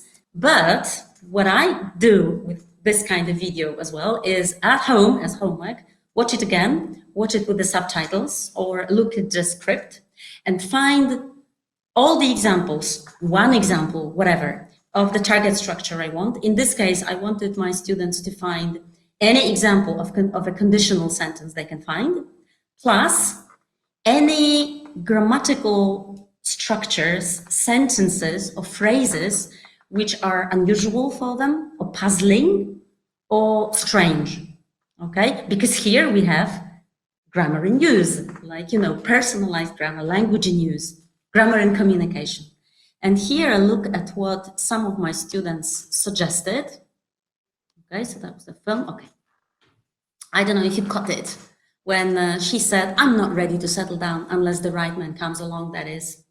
Okay, so see the difference. And I say that to the students. So when we do the grammar activities, obviously we always work on like full sentences, but in real communication, you usually have a whole variety of conditionals, not necessarily used in such a way. So that was the conditional, but then the same student told me, "I found this one interesting, because I'm not sharing a bathroom." She said, well, she's talking about the future, but she's made a decision with it. And I said, okay, we'll talk about it. Let's try to find it, similar users. And the mother also said, "Why don't you work from home?" And one of the students was surprised why she didn't say, "Why aren't you working from home? You're sitting in that cafe now." So can you see what is happening? And I think that this is a brilliant opportunity when you have a natural kind of setting sound clip to use it to show in a way to the students the real language. It is a bit like dogma, isn't it? But this is, the next step. My grammar explanations and the work in the classroom is still there. What I'm trying to say is that whenever you have a film, use it, because, well, someone put a lot of work into it, and it's good English there.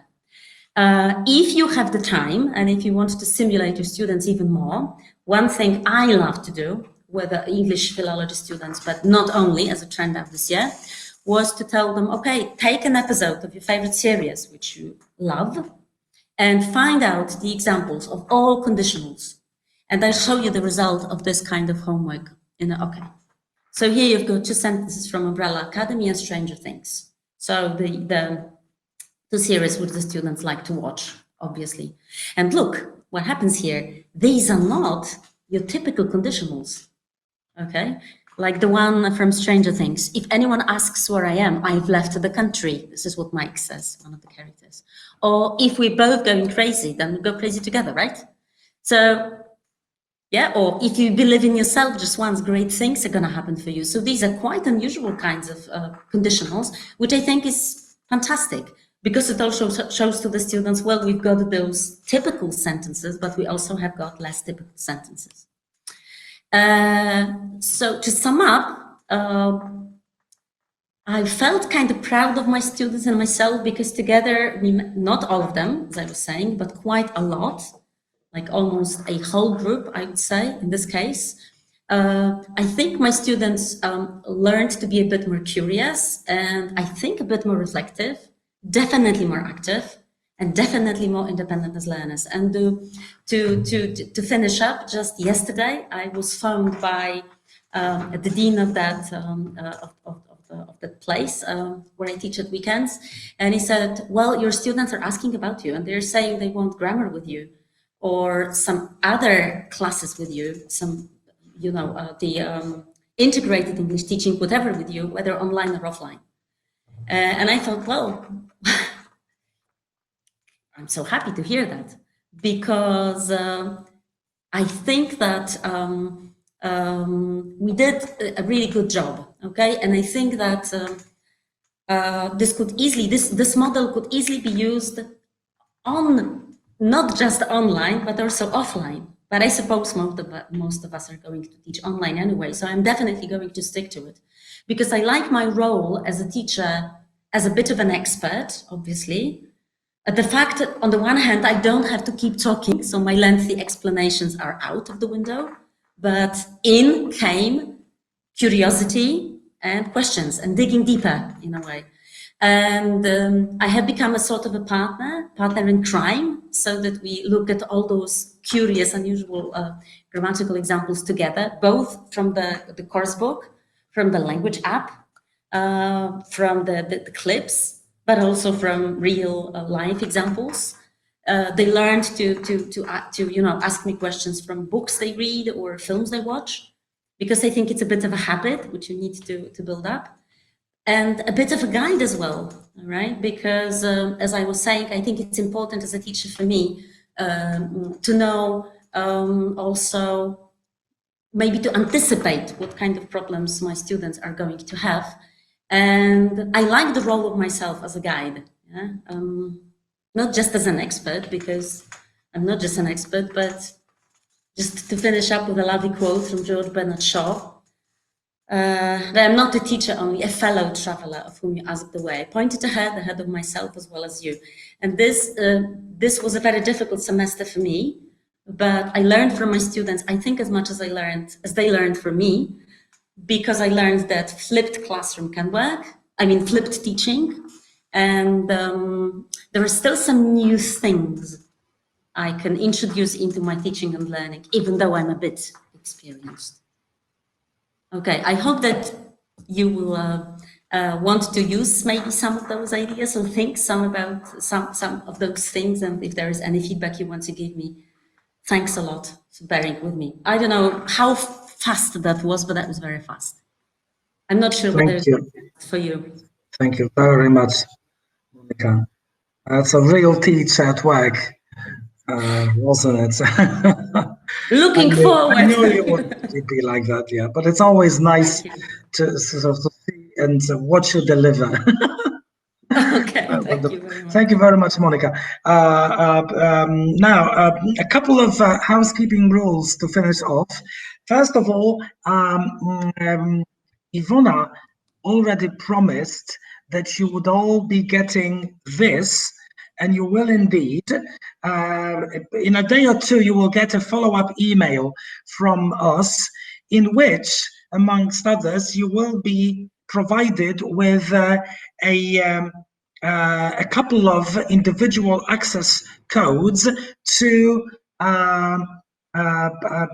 the teachers and the students version of the app for Language Hub Intermediate, and it will be full access for as long as 30 days, so that you can try everything out, just as Iwona sort of highlighted, but you will have plenty more time to sort of get acquainted with all the wonderful resources and see how well integrated and flexible they are. So that's the first thing. The second, people always ask about the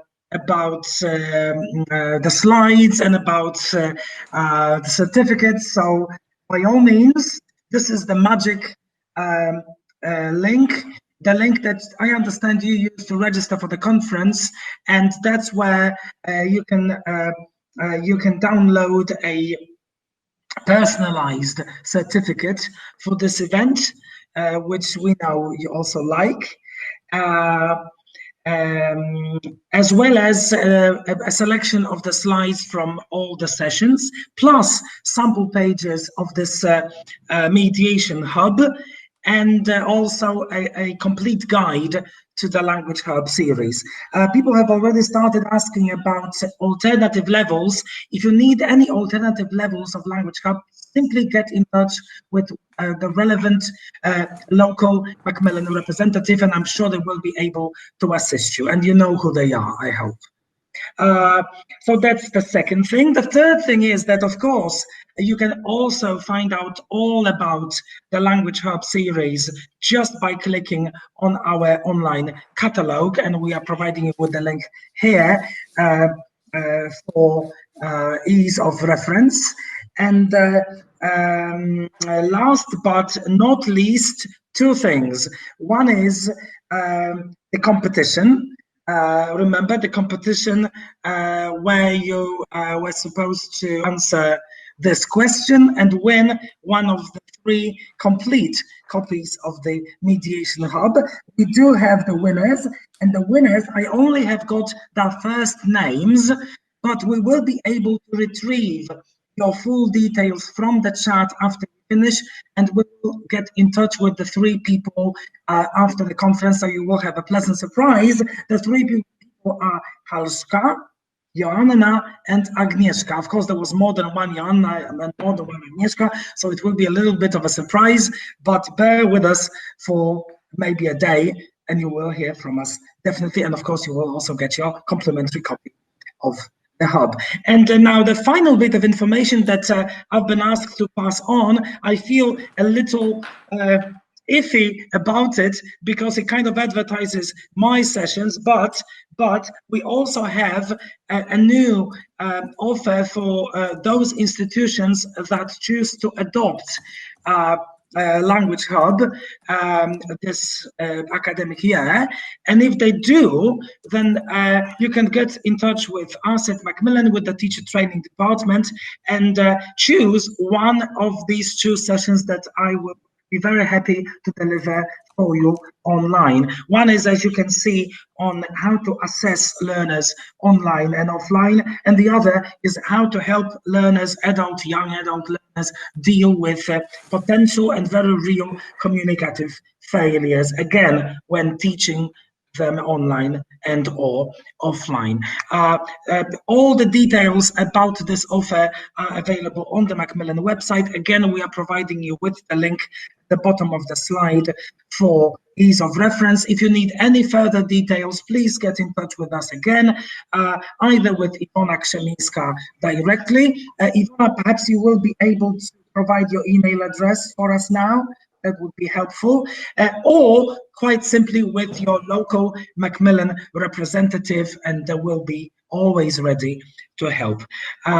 That's all I think and hope that we have prepared for you tonight. So we'd like to thank you very much for being with us on behalf of Marta Rosińska, Iwona Krzemińska, and Monika